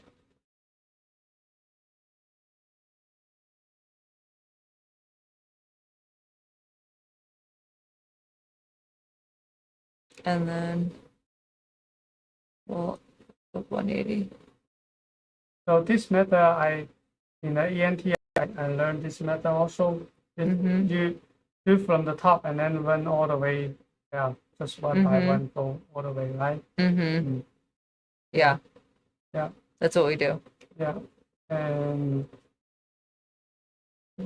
But should I, if you want, I can keep going, but I can also, I know you have the 180 method where you start from up here yeah, and go here to here, and then you do here to here, yeah, and then you go in between, and then you flip, and then you go Yeah. in between. yeah, yeah. Do you want to do that? That's, yeah. This method, it's when there's not much tension and use single clamp, and then we can rotate 360 degrees. I use the method in the monkey surgery because that synthetic vessel I cannot put a clamp on it. So without a clamp it's hard to flip it. So I just use the method I learned from your guys fellow.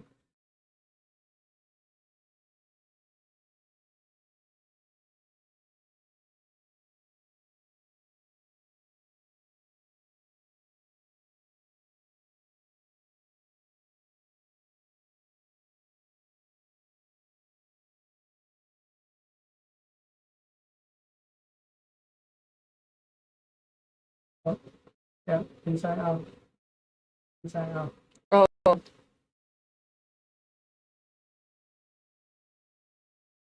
sorry.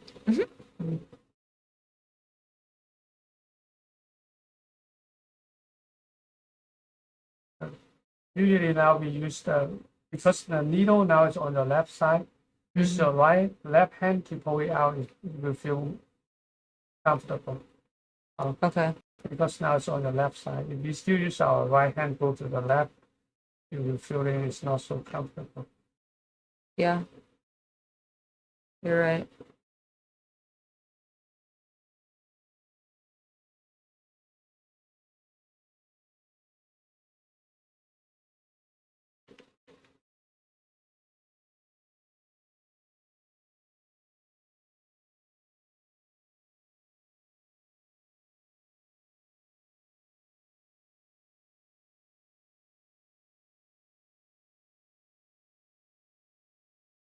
Yeah. Okay. And then we usually have a tail. Yeah. So the assistant can catch it easier. Mm-hmm.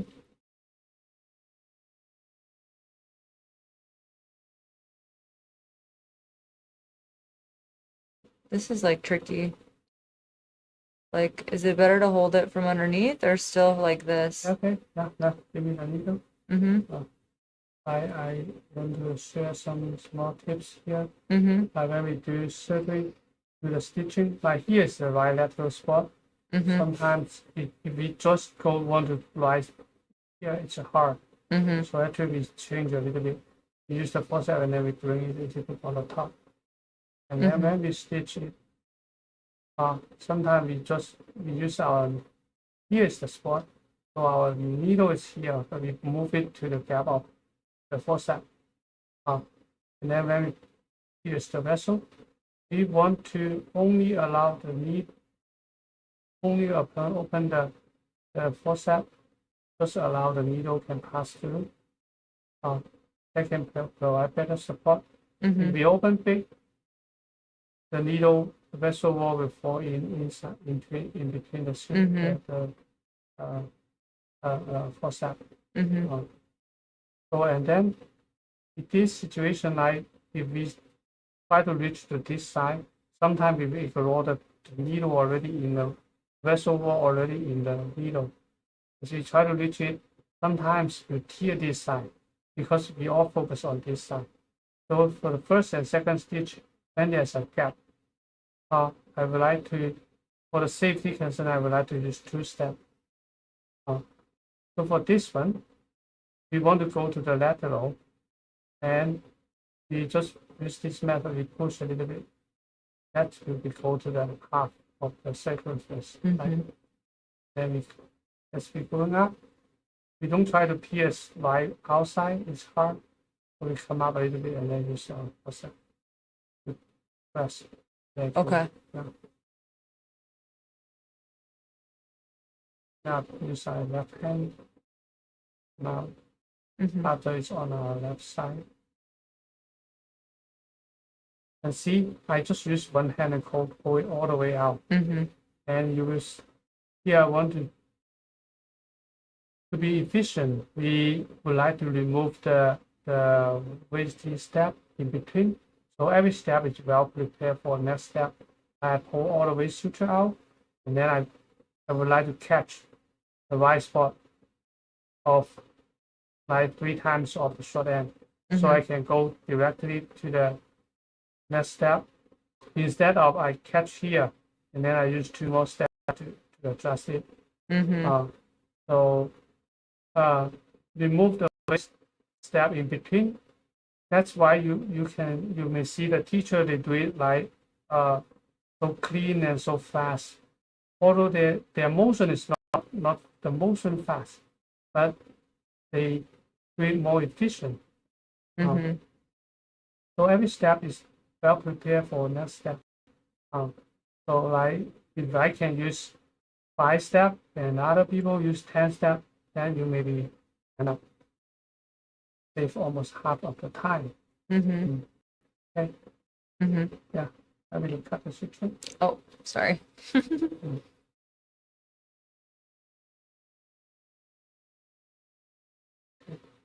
And another point I want to share, to organize the suture is important. So in this situation, I should learn how to make the suture easier to organize according to here. I would like to remember what we set damage on the glove, raise the edge, and press it down. Now we just move forward. Mm-hmm. This side, catch the suture, put it on the tip of the needle holder, on the needle, and then we press the distal side. Mm-hmm. We can grip it and then move it towards the needle. So see that? Mm-hmm. Don't just try to push. You push the sharp tip of the forceps. Sometimes maybe damage the vessel. So what we do, one is we can just push out this way. We can grab the adventitia and pull it towards the needle. And don't forget to go as far as we can to the other side, so we get a long end on the other side, making it easier to grip. Now we go here. To organize the suture better, don't bring all the suture back to here. Keep it still in the air. Come out to see my hand. Like I raise come out to see my hand. Oh, sorry. Yeah. So I pull the suture out. I didn't this way, right here. Remember, don't raise your forearm. If we raise the forearm, when we raise the forearm, that's the bicep. I will raise the forearm. The bicep don't want to do micro. The biceps to do kind of weightlifting. So what we do is we want to minimum the muscle get involved. So what you see is I just may rotate my hand. You evert, yeah. And I maybe move my wrist a little bit and finger. And then it's remember I step in front of you. Keep it straight, still in the air, and then keep it in straight. Now you hold on the suture. In this way, you will laterally hold on the suture in a very good precision and making it very easy to make loops. Mm-hmm. And you can put the needle on the edge of the vessel, or you just leave it outside. Mm-hmm. This one, you will always have one hand holding the suture, so you don't need to worry about if the suture got pulled out of the vessel, then you have to do it again. Mm-hmm. And then you start to tie knots, no matter what kind of method you use. And yeah, so remember, every step is well prepared for your next step. Mm-hmm. Hold it 3 times and then just go move forward. And then after that, if we didn't see a needle, what we can do is we just pull it back. Then you come back. Thanks. That's Mhm. how you do.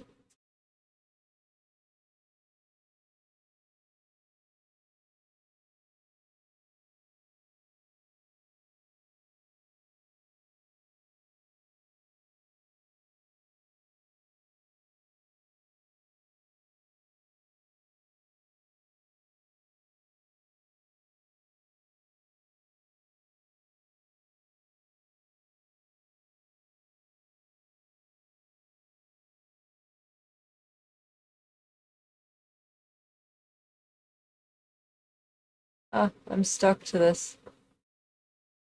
Okay.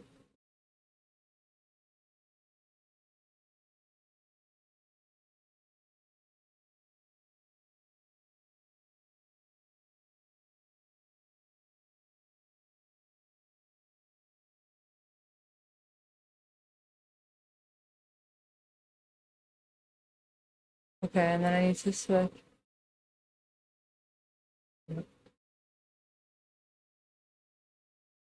For the shutter. Shutter. And 5 millimeters, like from here to here.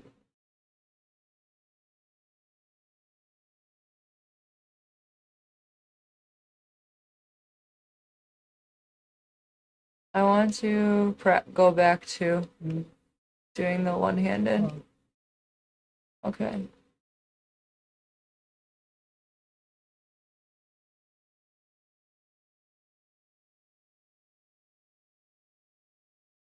Nope, other way. Yeah, good eyes. Yeah, just the tip, go to the tip. I didn't have that. Mm. Need to grab the tip. But from the top.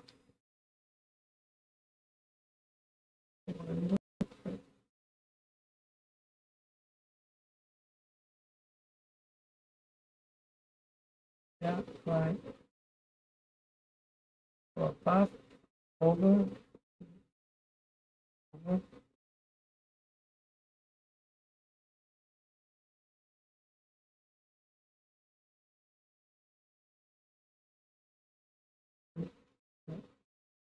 Over. Yeah, over, yeah. Yeah, over is easier to understand. Huh. Most of the under. Yeah. For you, it looks like easy, both of under and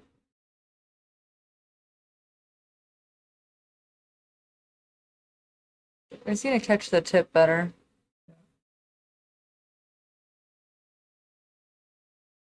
the fellow learn it faster. Yeah. Yeah, I mean, like general practice is also kind of helpful. Yeah, it's because you kind of best you already build up your confidence. Mm-hmm.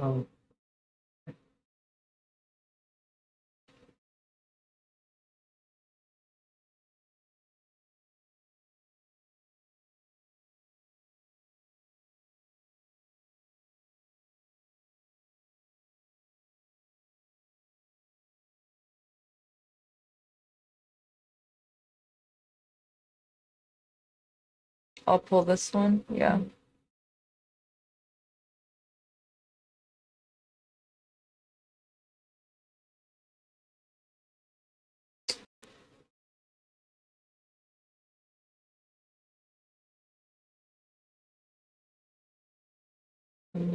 Nice. Yeah.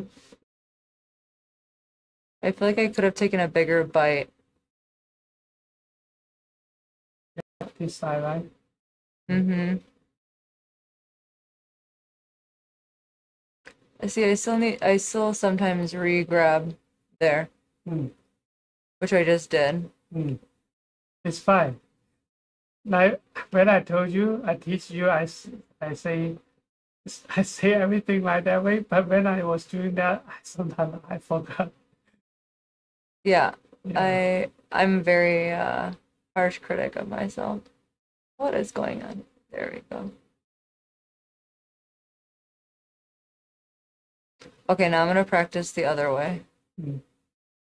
Okay, so but they're too close together. Yeah, because it's easy.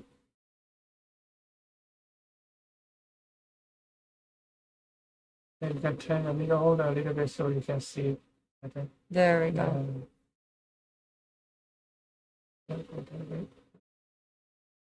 Yeah. Go above. Oh, Oh, wait. yeah. Hey, you want to practice that? Okay. I'm trying to practice. That way. Oh, you only. Yeah.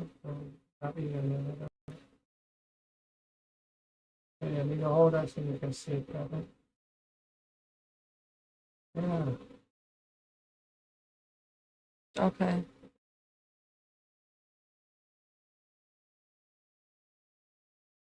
Yeah, so you would like now you see it's that's a It's little too bit close. 2-3 millimeter. That's a better distance to identify it.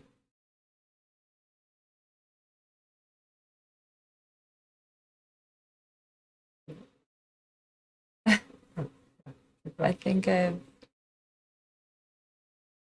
okay. Yeah, you're right. Yeah, there's a lot of memory and twisting. It's not easy.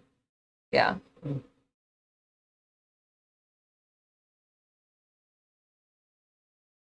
Okay.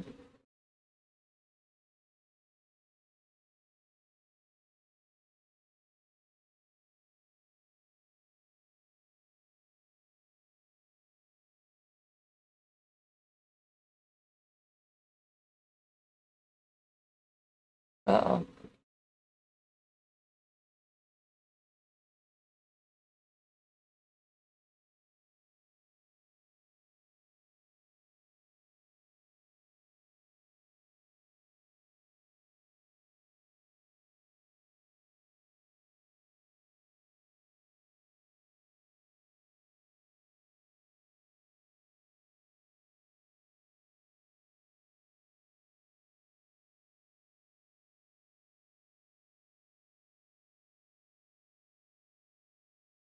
Okay, I'm gonna try the one-handed.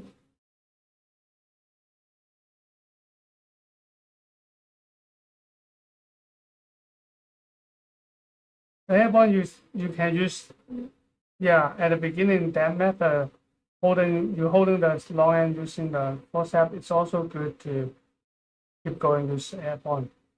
It's not have to use the needle holder in this airborne method. The second the last method for holding both ends, that maybe we need to use the needle holder to holding the short, long end. Just, Oh,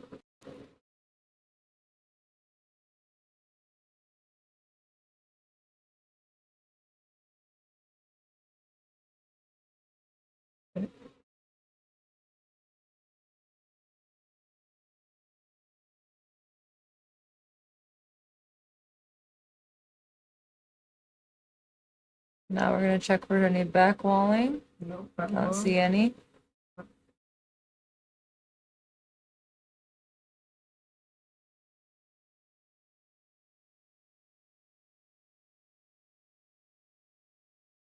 What's that?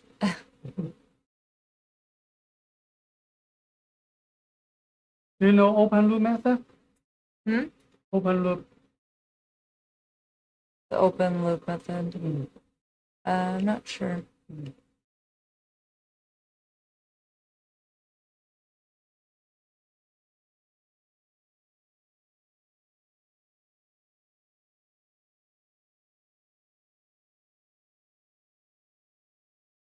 Yeah, you can try airball with this hand. Oh, you want me to try? Okay, with my left hand? Yeah. So you don't use Okay. each hand. They're the same. Yeah, go above. Yeah, this one should be go above. The long end go above the short end. So, yeah, okay. So maybe go under. Go under. Yeah, you see, we go under. Okay. Oh, I had it and then it unraveled. Hold on a little bit longer. A little bit too short. This one. Okay, go under. Okay, release the short end. Oh, go under this loop. Oh, yeah. Okay. Yes. Okay, go above. Go above. Go. The forceps go beyond the short end and press on it. Yeah, go above. Yeah. Yeah.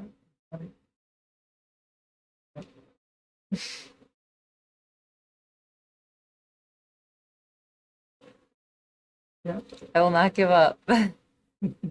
Never give up. Okay, raise it. Yeah. Keep going. Above. This should be above. Oh, yeah. Just slowly you will get that sense, kind of intuition, go above or go under. Yeah. So this way you practice use your left hand, so you don't need to switch your hand. Try to encourage you to kind of pass the suture, so train both of your hand Yeah. and tie knots. Save. And then you will have more freedom. Mm-hmm.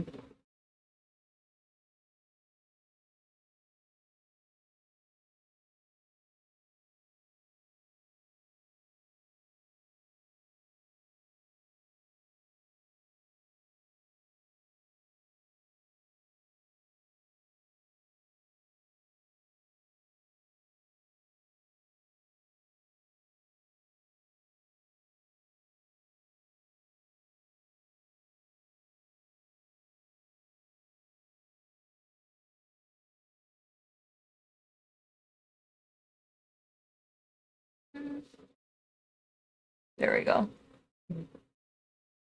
Okay, should I? Yeah, just and then go keep holding it. Yeah.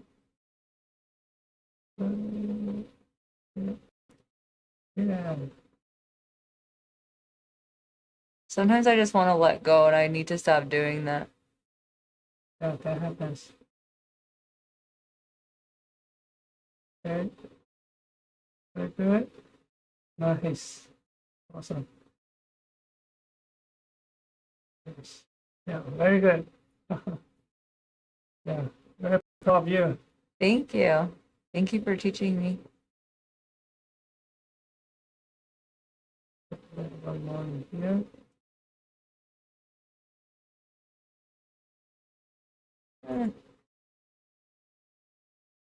I might do this with the chickens I'm going to be cooking tonight. Yeah, one time I give a talk of the microsurgery training. You know, there's an international microsurgery club. Where did that go? Oh.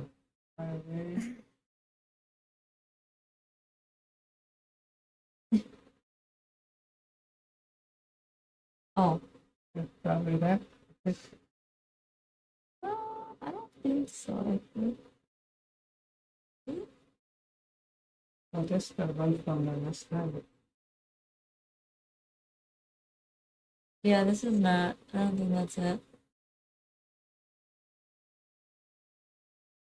Now it's very far away. Here it is. You know, once I lose this microsuture, and we cannot find it anywhere. But it's on a finger replantation. So I'm 100% that's not in the wound. But the nurse won't let you go if you lose a needle, right? Well, it's so small they don't even count it. Yeah, that's the part. That's sometimes they didn't come. Sometimes some of the nurses are really serious about them. Oh, And then really? they require me to sign a document that there's no needle in the wound. If there's needle, it's my responsibility. Oh my gosh. But later we found a needle. You know where is it? It's on my face mask. Oh my gosh. You're all looking down and try to find a needle on the field, but it's right to my face mask and then here to there. Really? Mm. Wait, hang on. And,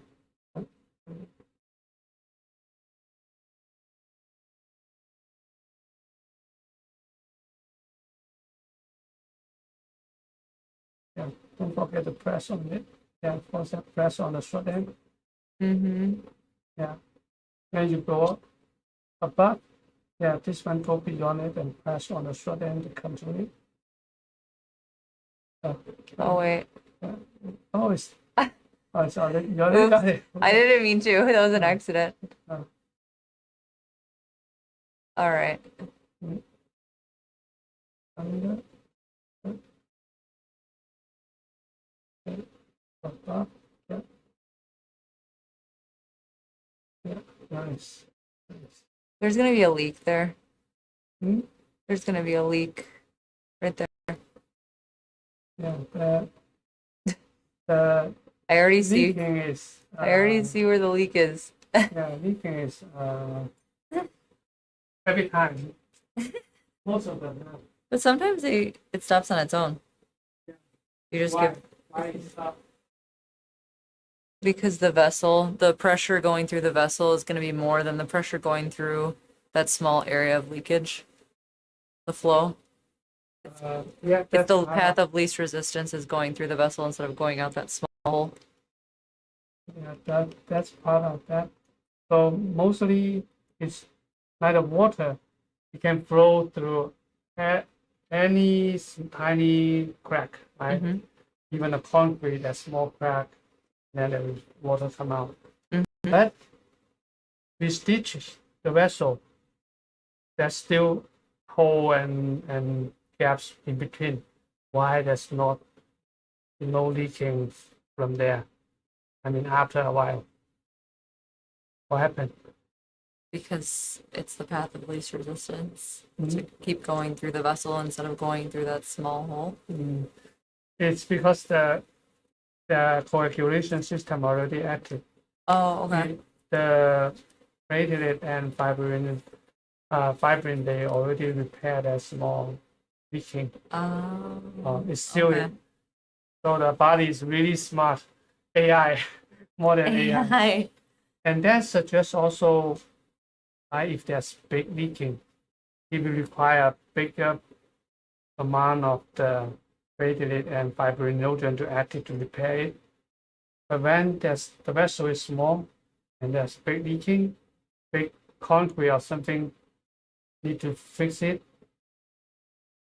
and then we end up making thrombosis or occlude the whole movement.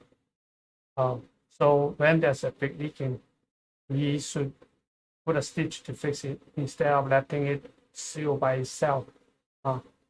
And they also suggest like in like aorta. Mostly you will never hear aorta, there's thrombosis of the aorta Mhm. because the flow is so fast and the diameter is so big. But in a small vessel, when the margin of error is really small, you make small mistake, and then there's some platelet there, then you cause the thrombosis, and then we clog the vessel. So the better skill we have, and we can see clear every step we didn't make error, make mistake there, then a higher successful rate we will have. Usually when we can see very clear every step, normally we can go up at least like 95% of the anastomosis successful rate. Mhm. But sometimes if you have to guess or have to, you didn't pay much attention to the small detail. Most of the thrombosis of failure is because of the quality of the anesthesis. But of course, sometimes it's the patient, either smoking or the diabetes. Atherosclerotic disease, Yeah. But what we can do is, make our technique better. The better our technique, the happier our life and the patient. You don't want to go to a flat kickback after a long day, right? Yeah. Okay. Yeah. Do you want to connect it? Hmm? We connect it and see if there's a leak? Yeah.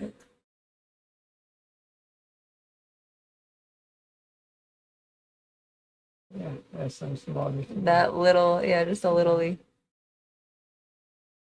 Oh, no, the branch. I didn't close the branch. Yeah. So if there's small leak, usually we will see a small leak, and then we can press on it and then let it flow. Let it sit for a few minutes. Sometimes it's worse to do that. Try and fix it. If there's shooting, leaking there, don't hesitate. Just put one more stitch there. When if the vessel was inflated, it's the blood. It's not too difficult.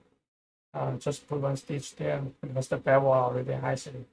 Maybe sometime we can use a smaller suture to do a small bite and then fix it. Use a panel or something. When there are small gap there. Okay. Yeah. Thank you so much. Okay. Yeah. We talk a little bit to this camera.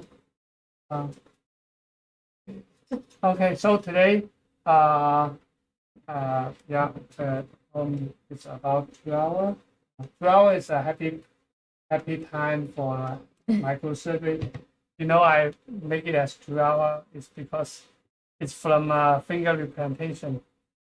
By one finger replantation, I didn't have any stress.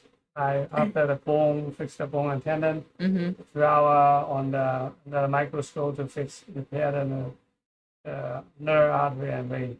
And the finger get pain again. I'm very happy. So I don't want the resident too tired. So 2 hours is good. Okay, great. When there's 2 fingers, I have to sit there for 5-6 hours. Yeah. And when it's 3 finger replantation, that's almost the whole life, like 9 hours surgery. Yeah. But one good thing is I don't need to take care of any other emergency case because I cannot. My colleagues will take care of that. Good. So 2 hours is good. Not too. And if it's too tired, the resident they don't want to come back. I'll be back next Friday. Okay. Thank you so much. Oh yeah. Talk something. Yeah. So what do you think is helpful? I think I teach next time which one I should kind of emphasize so you will feel, oh, if I know this earlier, I will be better. Yeah. What? I think, reiterating the microscope is super important and understanding that. Microscope. Yeah. I think that's important, just like starting with the basics, even with everyone. Why not? Because maybe people never got that initially. Yeah. I mean, everything was super helpful. Just like sometimes when you're doing it in the moment, you don't know exactly what you're doing. Like it's helpful for someone to point out every little thing that you're doing. Because sometimes you don't realize that you're doing something wrong until someone's like, wait, no, you have to do this. So I think that was really helpful when like you would see me doing something and then you would correct it live. I think is really helpful. Yeah, the immediate feedback. Yeah. That's like, I think I learn the best that way. When someone's constantly correcting me like in the moment. So yeah. And then for the small detail I share to you today, which one you feel making the micro you feel easier, making it feeling better.